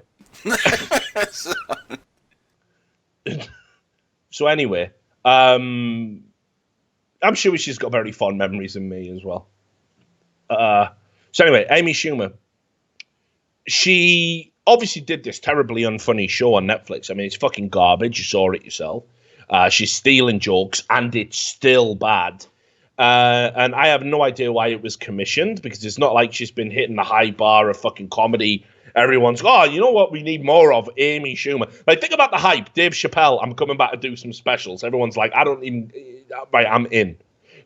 Like, this is going to be big. You know what I mean? Like, I think the trailer of Dave Chappelle just sat down smoking a cigarette had like 5 million hits or something, right? No one gives a fuck about Amy Schumer. So it got terrible reviews because it's terrible. You know, it got terrible reviews because it's terrible. Do you know what Amy Schumer did? Like, could you... I can already know what it is, but before I even look. Yeah, could you lack more self-awareness? Like, here's the thing. If I did a comedy special and it got a load of bad reviews, I might internally reflect on whether or not I'm funny. Like, oh, you know, who continually as a comedian goes through going, my bits are good, everyone else is wrong. There comes a point when you might believe that. I believe that. But there comes a point when you either have to realize maybe I'm not cut out for comedy, or I need to work on my bits. And, you know, maybe I should work on my timing, my delivery, or she needs to work on all of these things. But I don't know what it is. But no, she doubles down and says the reason it's got 1 star on Netflix, 1 star. Do you know how bad something has to be to get 1 star on Netflix? It's unreal how bad that is. It's unreal the company you keep in the 1 star doldrums. She blames alt-right trolls. Alt-right trolls, Sam. Right? Here you go. She put a statement out saying, I am so proud of my special. Don't be. It was fucking garbage. I think I watched like 15 minutes just to fucking cock tease myself, and that was that. I'm so proud of my special and grateful to all the people spreading love online about it. Only the most hardcore misandrist, women can do no wrong, would say this was a good special. I am the first female comic who is selling out arenas all over the world, and so grateful for that. Yep. A lot of people like to watch. It turns out a lot of people like bullshit. Yeah. Yeah. You know, I am embarrassed for the journalists who report on trolls' activities as if it's news. And what she means by this is that there was a bunch of headlines saying, "Oh, Amy Schumer's new special got bad reviews." Welcome to the entertainment business, you fucking sow. Like, do you not understand how it works? Like you create, critics critique. Well, welcome to the world. You know, we all exist in that. And sure, you can push back on the critics, but the idea that the mere act of reporting you're getting bad reviews is stupid, is absurd. So I'm embarrassed for the journalists who report on troll activities as if it's news. It's indicative of administration right now. Anyone who reported that viewers aren't happy with my special, it would have been cool if you did a moment of research before posting. The alt-right organized trolls attack everything I do. There you go. She's created her own bubble, you know? Yeah, exactly. She can never be bad now, because anyone who criticizes her, it must be an alt-right troll. Alt-right troll, that's it. Never be bad. They organized to get my ratings down, she claimed. Meeting in subreddit rooms. They tried on my book and movies and TV show, and I want to thank them. It makes me feel so powerful and dangerous and brave. It reminds me what I'm saying is effective and brings more interest to my work, and their obsession with me keeps me going. I thank you trolls so much. It fills me with hope and power to see you all furiously posting so, as always accuse me of whatever lies you want. Call me a whale, call me a thief. You're definitely a joke thief, darling. And I will continue to rise and fight and lead. I know who I am. Yep, you're a plagiarist. I am strong and beautiful and will use my voice my whole time on this earth. Journalists do better. It's embarrassing. Trolls, see you on the next one. So just imagine that. Imagine that not only are the people who criticize you, not only are they all trolls, but the people who report on it are like enablers of trolls. They're a joke themselves. Like, it is one of the worst rated, it is the worst rated comedy special on Netflix. You know? Like, what is that? Is everybody who watched it, did they all come from some fucking subreddit? The fuck Amy Schumer subreddit? Like, I haven't seen that one. I'd fit in, provided it's, fuck her over, not. Yeah, you don't have to actually fuck her, do you? Yeah, I've had enough of that. I've had enough of that to last me a lifetime. God bless you, Olive. But this is ridiculous. These are the words of somebody who's delusional, like someone who's fucked in the brain, insane in the membrane, dare I say. So yeah, really bizarre reaction. And here's the thing. I haven't seen good reviews for it anywhere. Like, this is the thing. It's not like there's a bunch of people going, oh, this has definitely been hijacked. This is really, really good. It's like it's either silence or it's shit. There's like some 5-star reviews on there with like suspiciously short reviews, like "Go Amy." All right, I wonder what you're here for. But I saw many reasoned 1-star reviews saying, "Wow!" Like, I mean, some people were puritanical in their criticism. Oh, Amy, did you have to be so foul-mouthed? Apparently, she does an 8-minute bit on the smell of her vagina.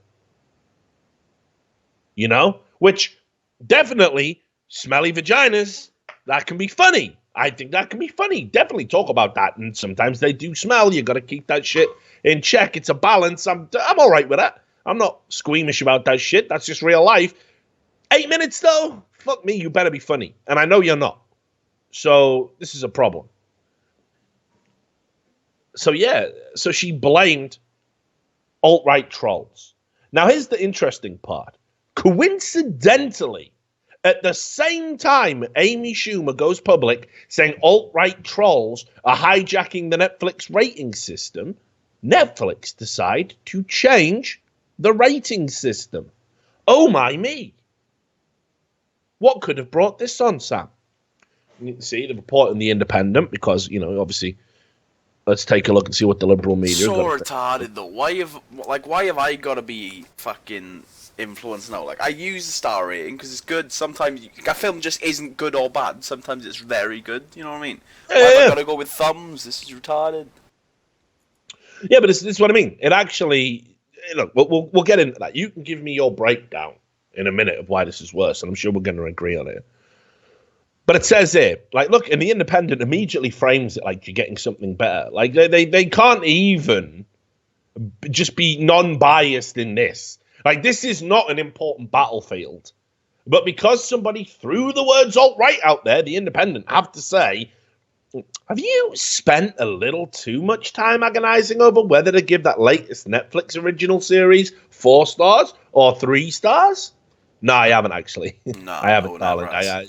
No one ever has. It's like I have a very clear idea of what is a 1 and what is a 5 and all the things in between, and I assign it accordingly. Don't worry. I'm not worried. For it's all about to change. Netflix is ditching the traditional star rating system in favor of something far simpler. The chance merely to rate TV and movies with a thumbs up or a thumbs down. Are you sick of having to choose what food to eat? Well, now it's way simpler.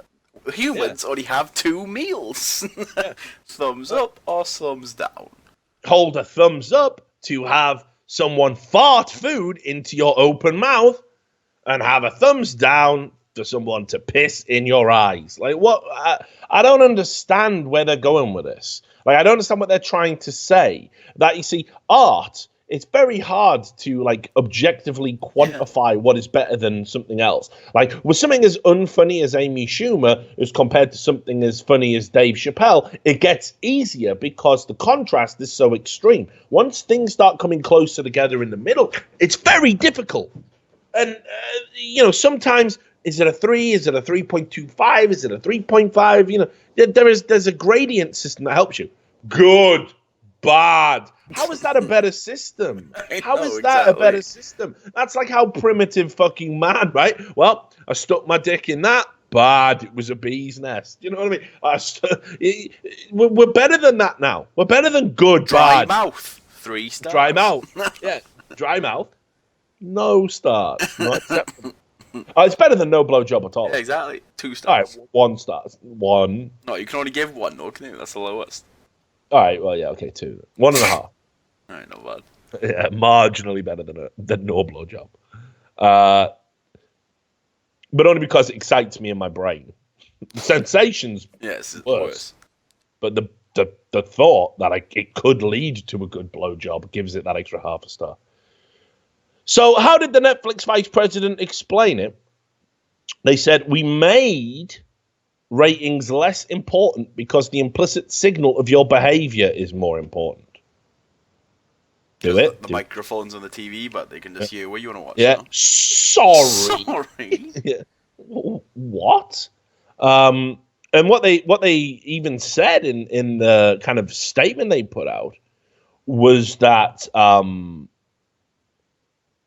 sometimes, like, they were saying, like, people can give a documentary 5 stars. This is how they justified it. People can give a documentary 5 stars and a silly fun movie 3 stars, but people are more likely to watch that silly movie. Well, that's cross-genre. That's not even an argument. Yeah, what does that show? Yeah, like... You're just showing that most people have, like, lower sense of attention. They just want something easy to consume. That has nothing to do with the rating system. So Netflix is saying that this A/B testing, this binary testing, I like this, I don't like this, is a better way than saying this was good but not as good as this, and this is amazing. This is the benchmark. They think that the primitive way is better. And they also said they're going to introduce a new percent match feature that shows how good of a match any show or movie is for you, the individual. You see, they're moving away from community. They don't like community. They don't like it when people can band together, when strength in numbers can, potentially affect outcomes. They just want you to be isolated, and they'll tell you what's good for you. That's what they like. So, for example, a show they think you will like based on all the thumbs up you do, and they'll give it a match rating, but they won't, and then it gets a percentage, but then anything below a 50% match they won't even throw at you, and they won't show the match rating. So, like, they've just fucked up one of the best features about Netflix, in my opinion.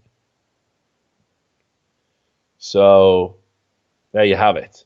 When you search for stuff, it's going to be like, based on all the thumbs up you have assigned, this movie is for you. Amy Schumer again.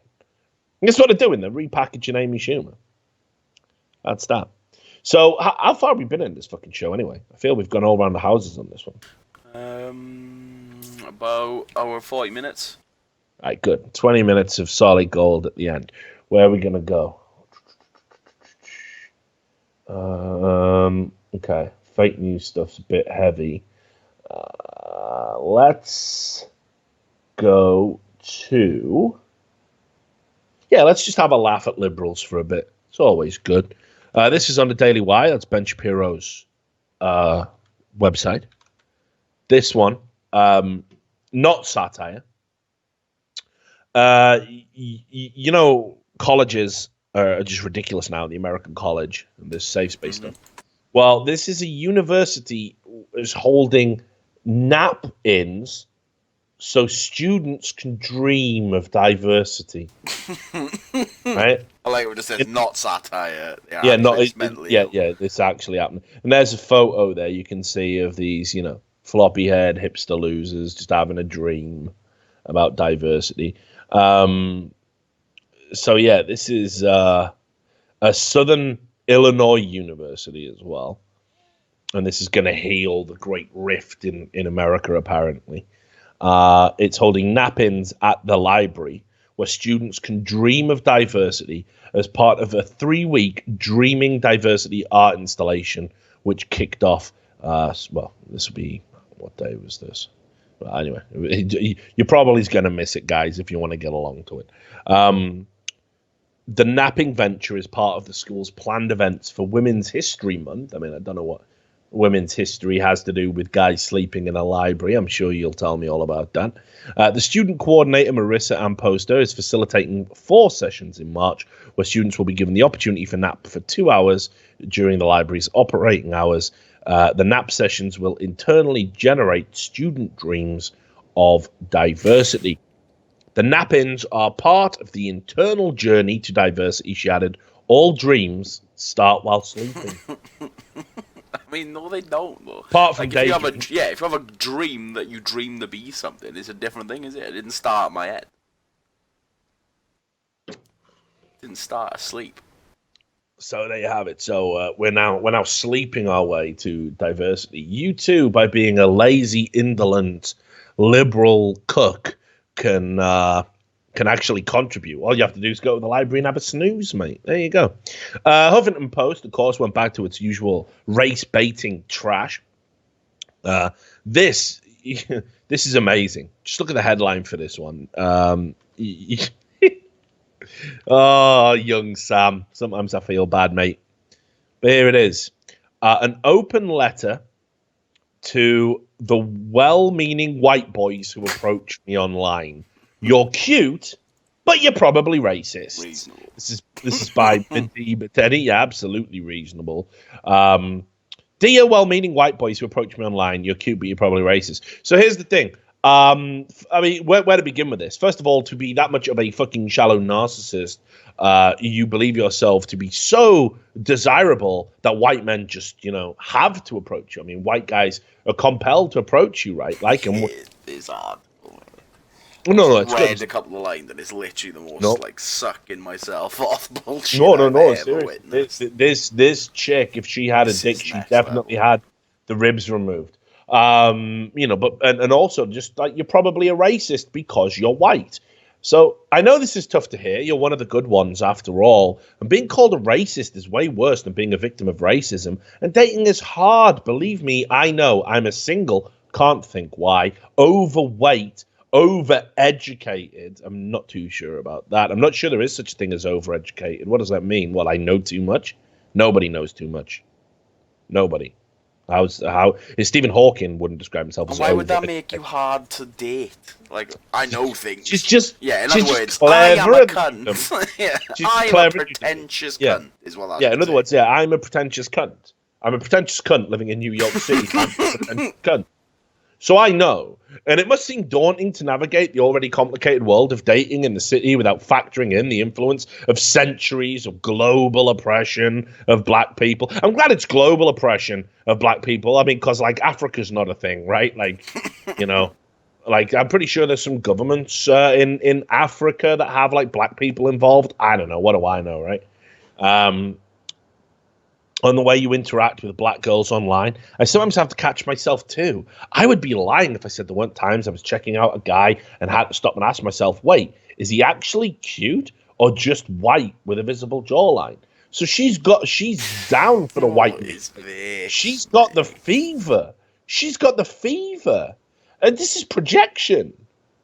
White guys aren't approaching you. You're stalking white guys. Yeah, you want to fuck white guys. None of them will fuck you because you're a pretentious cunt.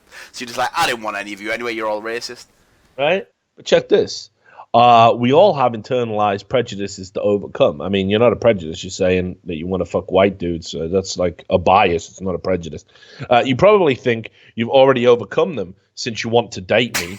But honestly, your profiles and messages say otherwise. I know you mean well, but you're not quite there yet. Well, do tell me, Madiba, how I can get there. How a white guy like me can date a wonderful black woman like you. Purely on race, of course. Let's definitely keep talking about race. Let's not just be humans. When you post multiple pictures of you volunteering and playing with groups of black children, but not a single photo of you with an adult black colleague or friend, I get a little. Whose dating tactic is that? Who's doing that? Who's doing that? I know what will win over the black woman. I will show them that I like to play with black kids. Nah, no one's doing that. I get a little concerned about why black peers with autonomy don't want to hang out with you. You don't know that. You haven't even met these people yet. Instead of showing me that your heart is so big it has room for black and brown kids, it kind of makes me wonder whether you see me as a person or as a prop in your stage play, white liberal, I'm woke now. And who consented to you using black children's vulnerability to get a girlfriend? None of this is real. None of this is happening. Yeah, what is this, man? Right? You're not the hero of this story, and you don't get to play Captain Save a Negro with me. Jesus Christ. Can you even imagine the thought process there? There is a photo of this guy working with kids, and some of them are black. He's Captain Save a Negro. Maybe you're the one with the problem. Interesting as well that she chooses the term Captain Save a Negro. Where did we hear that before? Oh, yeah, it was that radicalized journalist who threatened to blow up all the Jews. Liberal. When you profess a love of gangster rap, but your most listened to artist on Spotify is Drake, I don't think I can take you seriously. Well, obviously, that's got nothing to do with race. Yeah. Do you actually know what gangster rap is? Well, should I? Is gangster rap the benchmark? Is that the way into your, cruel, cruel heart? If me and Sam can recite Eazy-E, which we definitely can. Definitely can. Do we get a go? Do we get to ride this fucking merry-go-round of fun? Or do you just like the sound of your voice saying you like gangster rap? Guess it depends how I say it. If I say it like gangster rap. Yeah, you like it like that, do you? I was going for gangster. Yeah. Rap. That's what I like. Ron Don Volante, straight gangster rap. Ron Don Volante. That's what I'm about, right? Did you think that would give you street cred? Is all rap gangster rap? Is it gangster because a black person? Oh, she's done it again. She's gone down the sinkhole of self-hate. Maybe your soul loves Drake as well as gangster rap. That could also just be a thing that happened. Yeah, like why can't you just like gangster rap and Drake? It's not mutually exclusive. I mean, it might be. I don't think it is. There's some cold hard killers with feelings out there, bro. Come on. Whatever. I'm still in disbelief that Views was nominated for the Rap Album of the Year Grammy. Congrats on your assumption that listening to gangster rap would impress me, though. You just implied that it would. You said it would be better if they like gangster rap over Drake. Come back to me when you want to talk about the Killers B-sides. You didn't give me a chance. You told me to fuck off because I like Drake. Yeah. When you fall all over yourself to reassure me that you date black girls, I get a little confused. I already figured you were okay with dating black girls, and that's why you messaged me. A black girl on this dating site. She just had some bad times on Tinder. Yeah, I think so. I ain't going to lie. I'm staying off that. I'm staying off that Tinder. Why, you want to be easy? Nah, I don't know. I think there's... Nah, it's easy if you're UK and America, mate. You don't know the strat, mate. There's so many easy strats. So the strat is you use your display picture on Tinder. If you want to use something that isn't your looks, you need to put it as someone else. So I put it as my dog, right? Because they're like, what the fuck? Why is this guy a good picture of a dog? They click on the picture. They have to read the bio. Whoa, rewind. So what's the picture? Your picture on Tinder is a dog. No, it is now, but it was at one point when I first went to Atlanta for the first 3 months. It was it. And it worked, but I used to get 15 matches a day. It was huge. Do people have... what's the thought process? But because when you see on Tinder, you only see their first picture. until you click on their profile. So if they see just a dog, like most girls be like, what the fuck, what does he actually look like? They tap it, then they read the bio, see you're from the UK, easy, mate. Easy strats. So, then what happens? What's mean then what happens? Any talk? Hang on, I remember you telling me about this. Yeah. You used to say, right, you said that you got on a date with some chick and she said she wanted to meet the dog. Yeah, alright, yeah. So that was a problem. That's the other bad thing. So when I used a picture of a dog, it wasn't my dog, right? So I did mention that. I did use a picture that wasn't my dog. Then, obviously, when you're in America, you're going to say, oh, he's at home. Like, obviously, I can't show you a picture of my dog. But then when I got home, she's like, oh my god, can I see a picture of you and your dog? I was just like, nah. And I just never spoke to her again. If I wanted to keep going, I would have had to drop the old, I had to put him down when I got home. He was really ill. Jesus Christ. Right, so anyway, right, I don't know what you mean about, like, the strats. Like, why can't it just be, here's my head, and if you like my head. Me and you aren't just going to win people over with just a picture of our head, though, is it? Why would I want to be with someone that isn't won over by my head? What, you want them to just only like your head? Well, no, but the problem is, like, when we go out on a date, guess what they're getting? No, my you head. Still put your picture of your head, but that's just not the first picture, mate. So they read the bio and they take in the full package of the person. Know what I mean? Yeah, but like, what if I'm not interested in that? Well, just don't talk to him, man. What do you mean? It's all on your phone, but I don't care. I don't want him to necessarily be judging. You know what I mean? Right? But, look, I thought the whole purpose of Tinder was just fucking fast food sex. And that's why I want to stay. Yeah, right. And that's why I want to stay off it, because Just Eat was one of the worst things that happened to me. And Grubhub now, mate. Yeah, exactly. Now fucking Grubhub. Although I try not to use that too much, and I should boycott it because of what they did during the election. But whatever.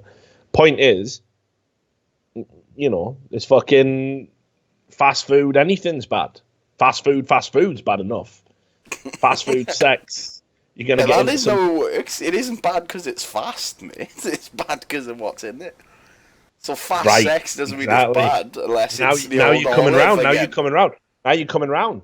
Like anyone who's it's like the old saying by fucking Groucho Marx. I wouldn't want to belong to any club that would have me as a member. Yeah. If you're on Tinder and you look at my profile and my bio and you think this is a good choice, like then I know you're bad news. Yeah, exactly. Right. That's right. I go with that. Right. So what's the point of even being on there if I'm just gonna fucking cock block myself? What's the point? Like, you know what I mean? Yeah, bad news. Anyway, back to this fucking gangster rap. Yeah, back to Captain Save a Negro. Okay. It kind of feels like you're looking for a thank you or for approval, neither of which I intend to give you. Finding black bodies attractive gives me no indication as to whether it might not be your body, love, by the sounds, as to whether Black Lives Matter.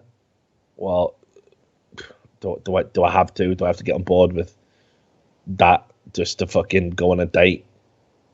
Like, would that be better if I introduced myself? Like, oh, by the way, yeah, BLM. Firepower. Yeah. You know what I mean? And black people are worthy of respect or protection. Okay.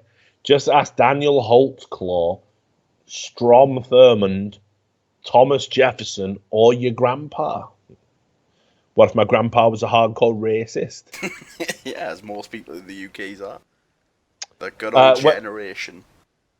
And another thing, Sam, why can't we have the gollywog back? For fuck's sake, Grandad.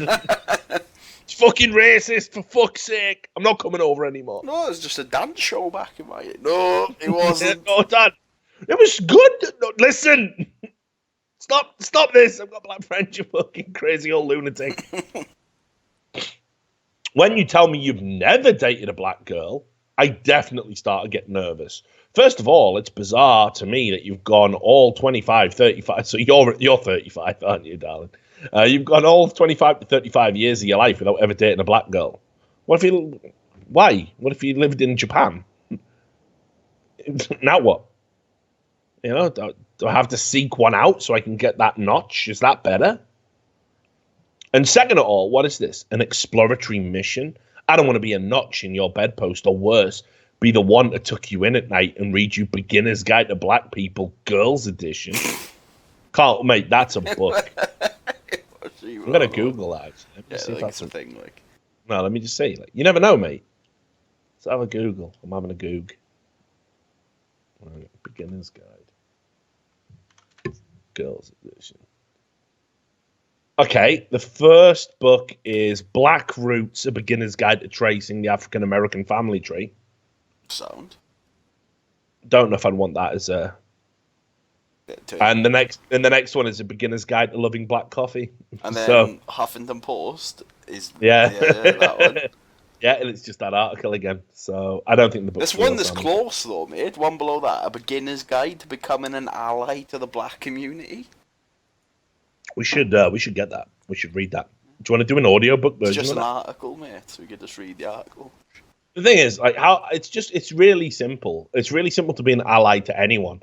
Just take people as you find them and don't be a cunt. And that's it, really. That's like the only two things you have to go through life knowing. Like, okay,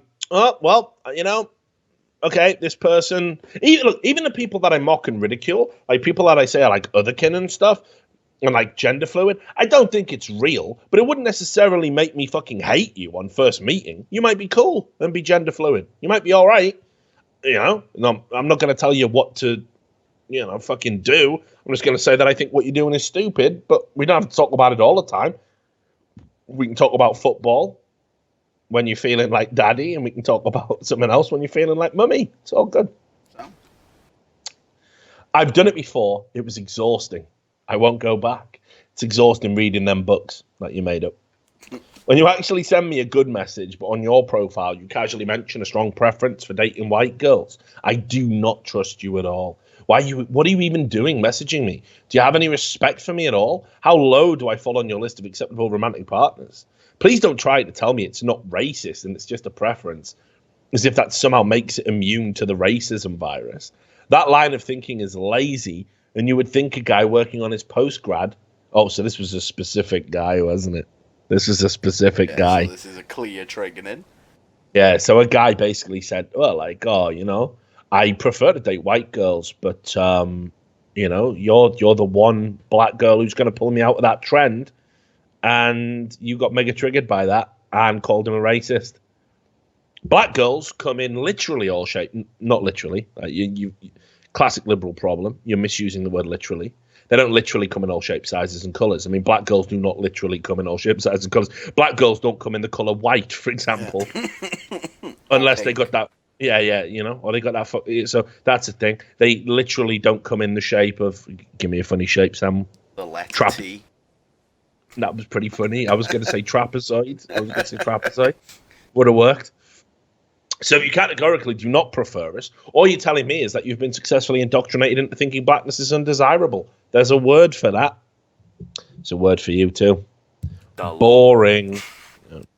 Oh, and one last thing. Don't bother telling me I'm not like the other black people. Well, I'm going to go out on a limb here. You're definitely not like any black people I know. Never heard any, don't know any black people who fuss like this. I don't take that as a compliment. Other black people are great, and proximity to whiteness has no value to me. I hope you understand now, well-meaning white boy, that years of schooling at elite institutions, months of campaigning against Trump, weeks of marching for women, and these few days of wanting to bone me haven't actually completely eradicated you of these racist tendencies. Keep working at it for both our sakes. Best wishes, Madiba. May as well say best wishes, a single mong. May as well say that, mate, innit? Because that's the future, isn't it? She's just going to be single forever. Here's what's really interesting about this. I saw this. Do you follow Blair White? Yeah, sometimes.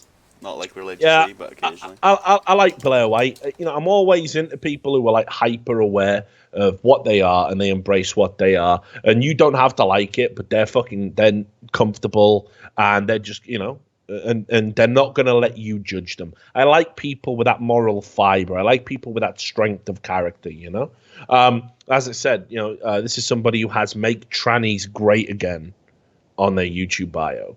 But she actually pointed out something that was interesting. I never really thought about this before, but it is true. And that was that she found a lot of these anti-white activists.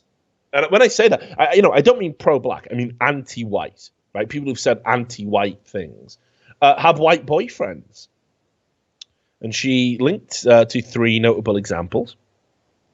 The most recent, which was in the news, was the writer at Teen Vogue, Lara Witt, saying white people are evil, whiteness is evil, white boyfriend, evil boyfriend. I mean, thing is as well, like I just want to just put this out there, Sam.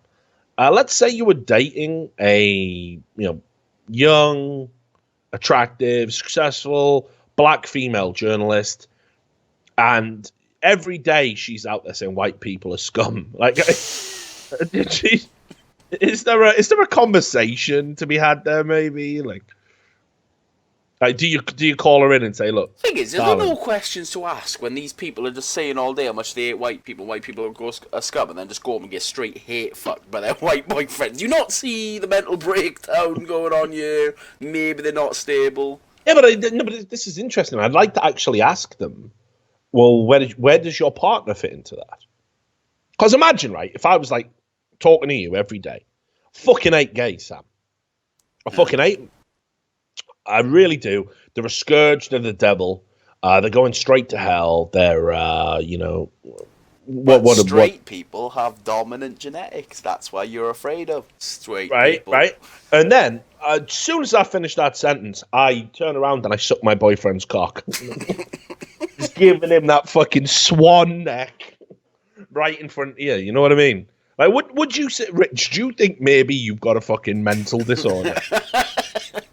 Maybe you should see a doctor, mate. Yeah, because how the fuck can you hate gays and then go and suck that gay D? How can you thirst for that man? Oh, no. I mean, he's not bent. He's not one of them filthy faggots. My boyfriend's not one of them. What do you mean? Like, you would think I was fucked in the head. Exactly, I that's what I mean. Yeah. So, I'd like to ask these people, again, you got Cap Black over there, but black people have dominant genetics. That's why you're afraid of white women sleeping with black men. You know your genes are weak. This is somebody that called out white supremacy many times on her Twitter. I mean, not only is she, she looks like she'd crush that guy. Yeah, she looks like she'd ride him. Yeah, I mean, like that is both got pretty weird fucking eyebrows as well, but I don't know the eyebrows in drawn on. Yeah, they draw each other's on or something, do they? Yeah, probably. But, this is somebody that said white supremacy wrong. You've just literally, again, swapped the words white and black around. You're a black supremacist. Exactly. Right? Hasn't that guy got the Hitler haircut as well that everyone's been saying is wrong? He has, His boyfriend's got a Hitler haircut and a monobrow, but I'd watch out for him. Hitler haircut, monobrow, and she's talking about black genetics. And at the moment he's got a full mustache, but a quick acca change it, 2 seconds with the clippers. All he's got to do is join the Finnish party and the Finnish People's Party, and there you have it. Put a Hitler tash in his monobrow, mate. Shave his eyebrows off, leave the middle and the mustache. Yeah, just double browing. Upside down Hitler, like double tash in him, but. Yeah, it's mad, isn't it? That's like a mad taboo fuck right there, isn't it? That's like some insane level of taboo fuck. And then, of course, the famous one, the most racist of them all, the chick from MTV Decoded, who literally, she fucking couldn't put out more poison about white people if she tried. And she's well known to have a fucking white boyfriend. So it's interesting, isn't it? It's interesting. I mean, again, understand, I am not. I'd like to think it was pretty clear by now, but some guy went mental on on Twitter the other day saying that I am a racist. I'm a racist by default. We haven't got time to go into that, but I'll bring that up in another show.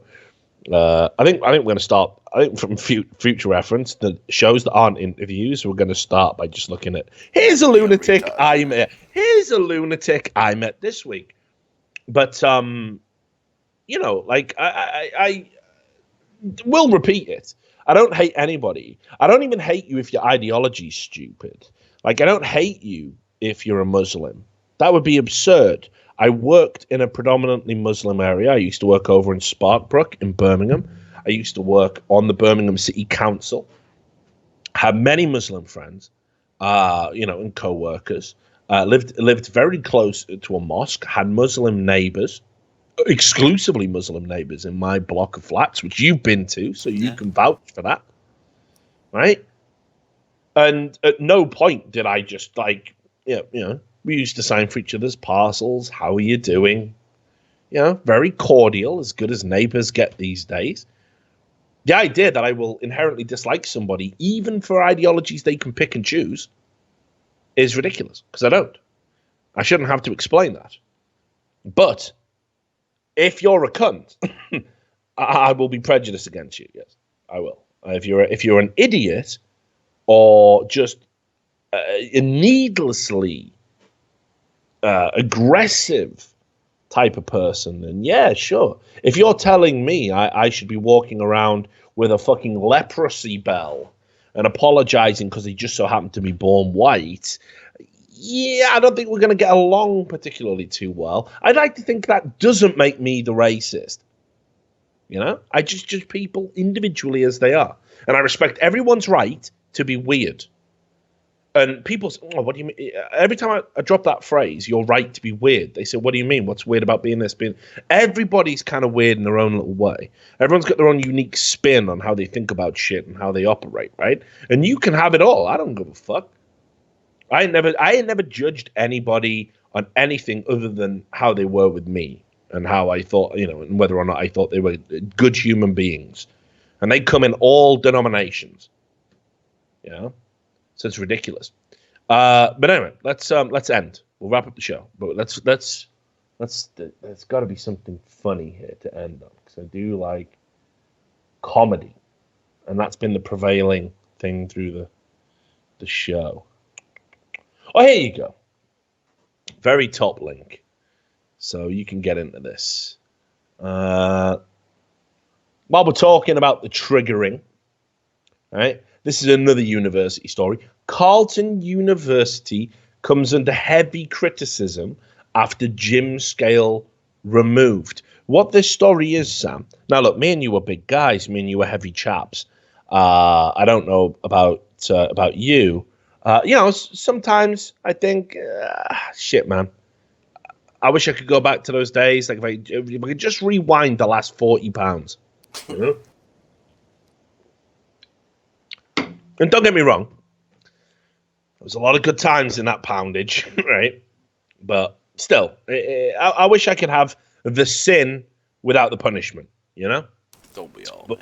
Don't we all, exactly. Don't we fucking all. You have to walk that line. You have to balance it. Am I disciplined enough to go to a gym every day? Evidently not, right? I've got a gym just in my apartment. I can go anytime I want. It's there 24/7. I don't go. Why don't I go? It's a short walk. It's like 100 meters. I can just go there anytime. I don't do it. I don't do it. Do I sit around drinking? Yeah, I do that. Yeah, I do that instead. Why do I do that? Man. But here's the thing. Even me, knowing I'm overweight, knowing that I'm not the live stud I once was when I was getting toothy blowjobs from people from Ireland, even I would never get triggered by a scale being put in a gym. Well, Carleton University, they actually decided to remove the scales from its gym because they wanted to promote a more holistic approach to healthy body image, right? And actually, what was interesting about this is students rejected it. Almost as if all the functional students went to the gym and it was only fucking degenerate losers that didn't care about themselves. But here you go. The university pushed back against it and said, this is why we did it. And they quoted one student as saying, scales are very triggering for people with eating disorders. So in an email... but isn't food? I mean, yeah, exactly. Yeah. Well, ban that too, right? Yeah, like what? Ban that too. It is weird, isn't it, right? Like, and again, I sympathize with eating disorders. Sympathize. Can be tough. But let's be real here. It's your disorder. It sucks. I hope you get help. I hope you get better. I hope you get well. again, don't fuck with my shit because your disorder doesn't affect me. I'm the one without the disorder. I want to live my life normally, and normally includes being able to use scales to weigh myself when I'm at the gym so I can measure my gains. You see, and again, I'm talking very much rhetorically here, but I have the healthy attitude, right? So don't punish me because you have the disorder. Get you help and let me do my thing. This is the problem. We continually, the strong have to continually bow down to prop up the weak. That is no way to run a society. I'm not saying we go full Sparta and kick these people off cliffs, but if things keep going the way they're going, maybe we need to revise that. Bring back the cliff. Bring back the cliff. That's a new slogan. That we should run for office. Bring back the cliff. Oh well. What's your standpoint? We think anyone who is mentally or physically weaker than us should be kicked off a cliff. Isn't that just eugenics, Richard? No, it's Sparta. They're not Nazis. You can't hate us. You've seen the film. Oh God, watch 300. Right. Yeah, Affiliates did turn out really to be did bad love in that film.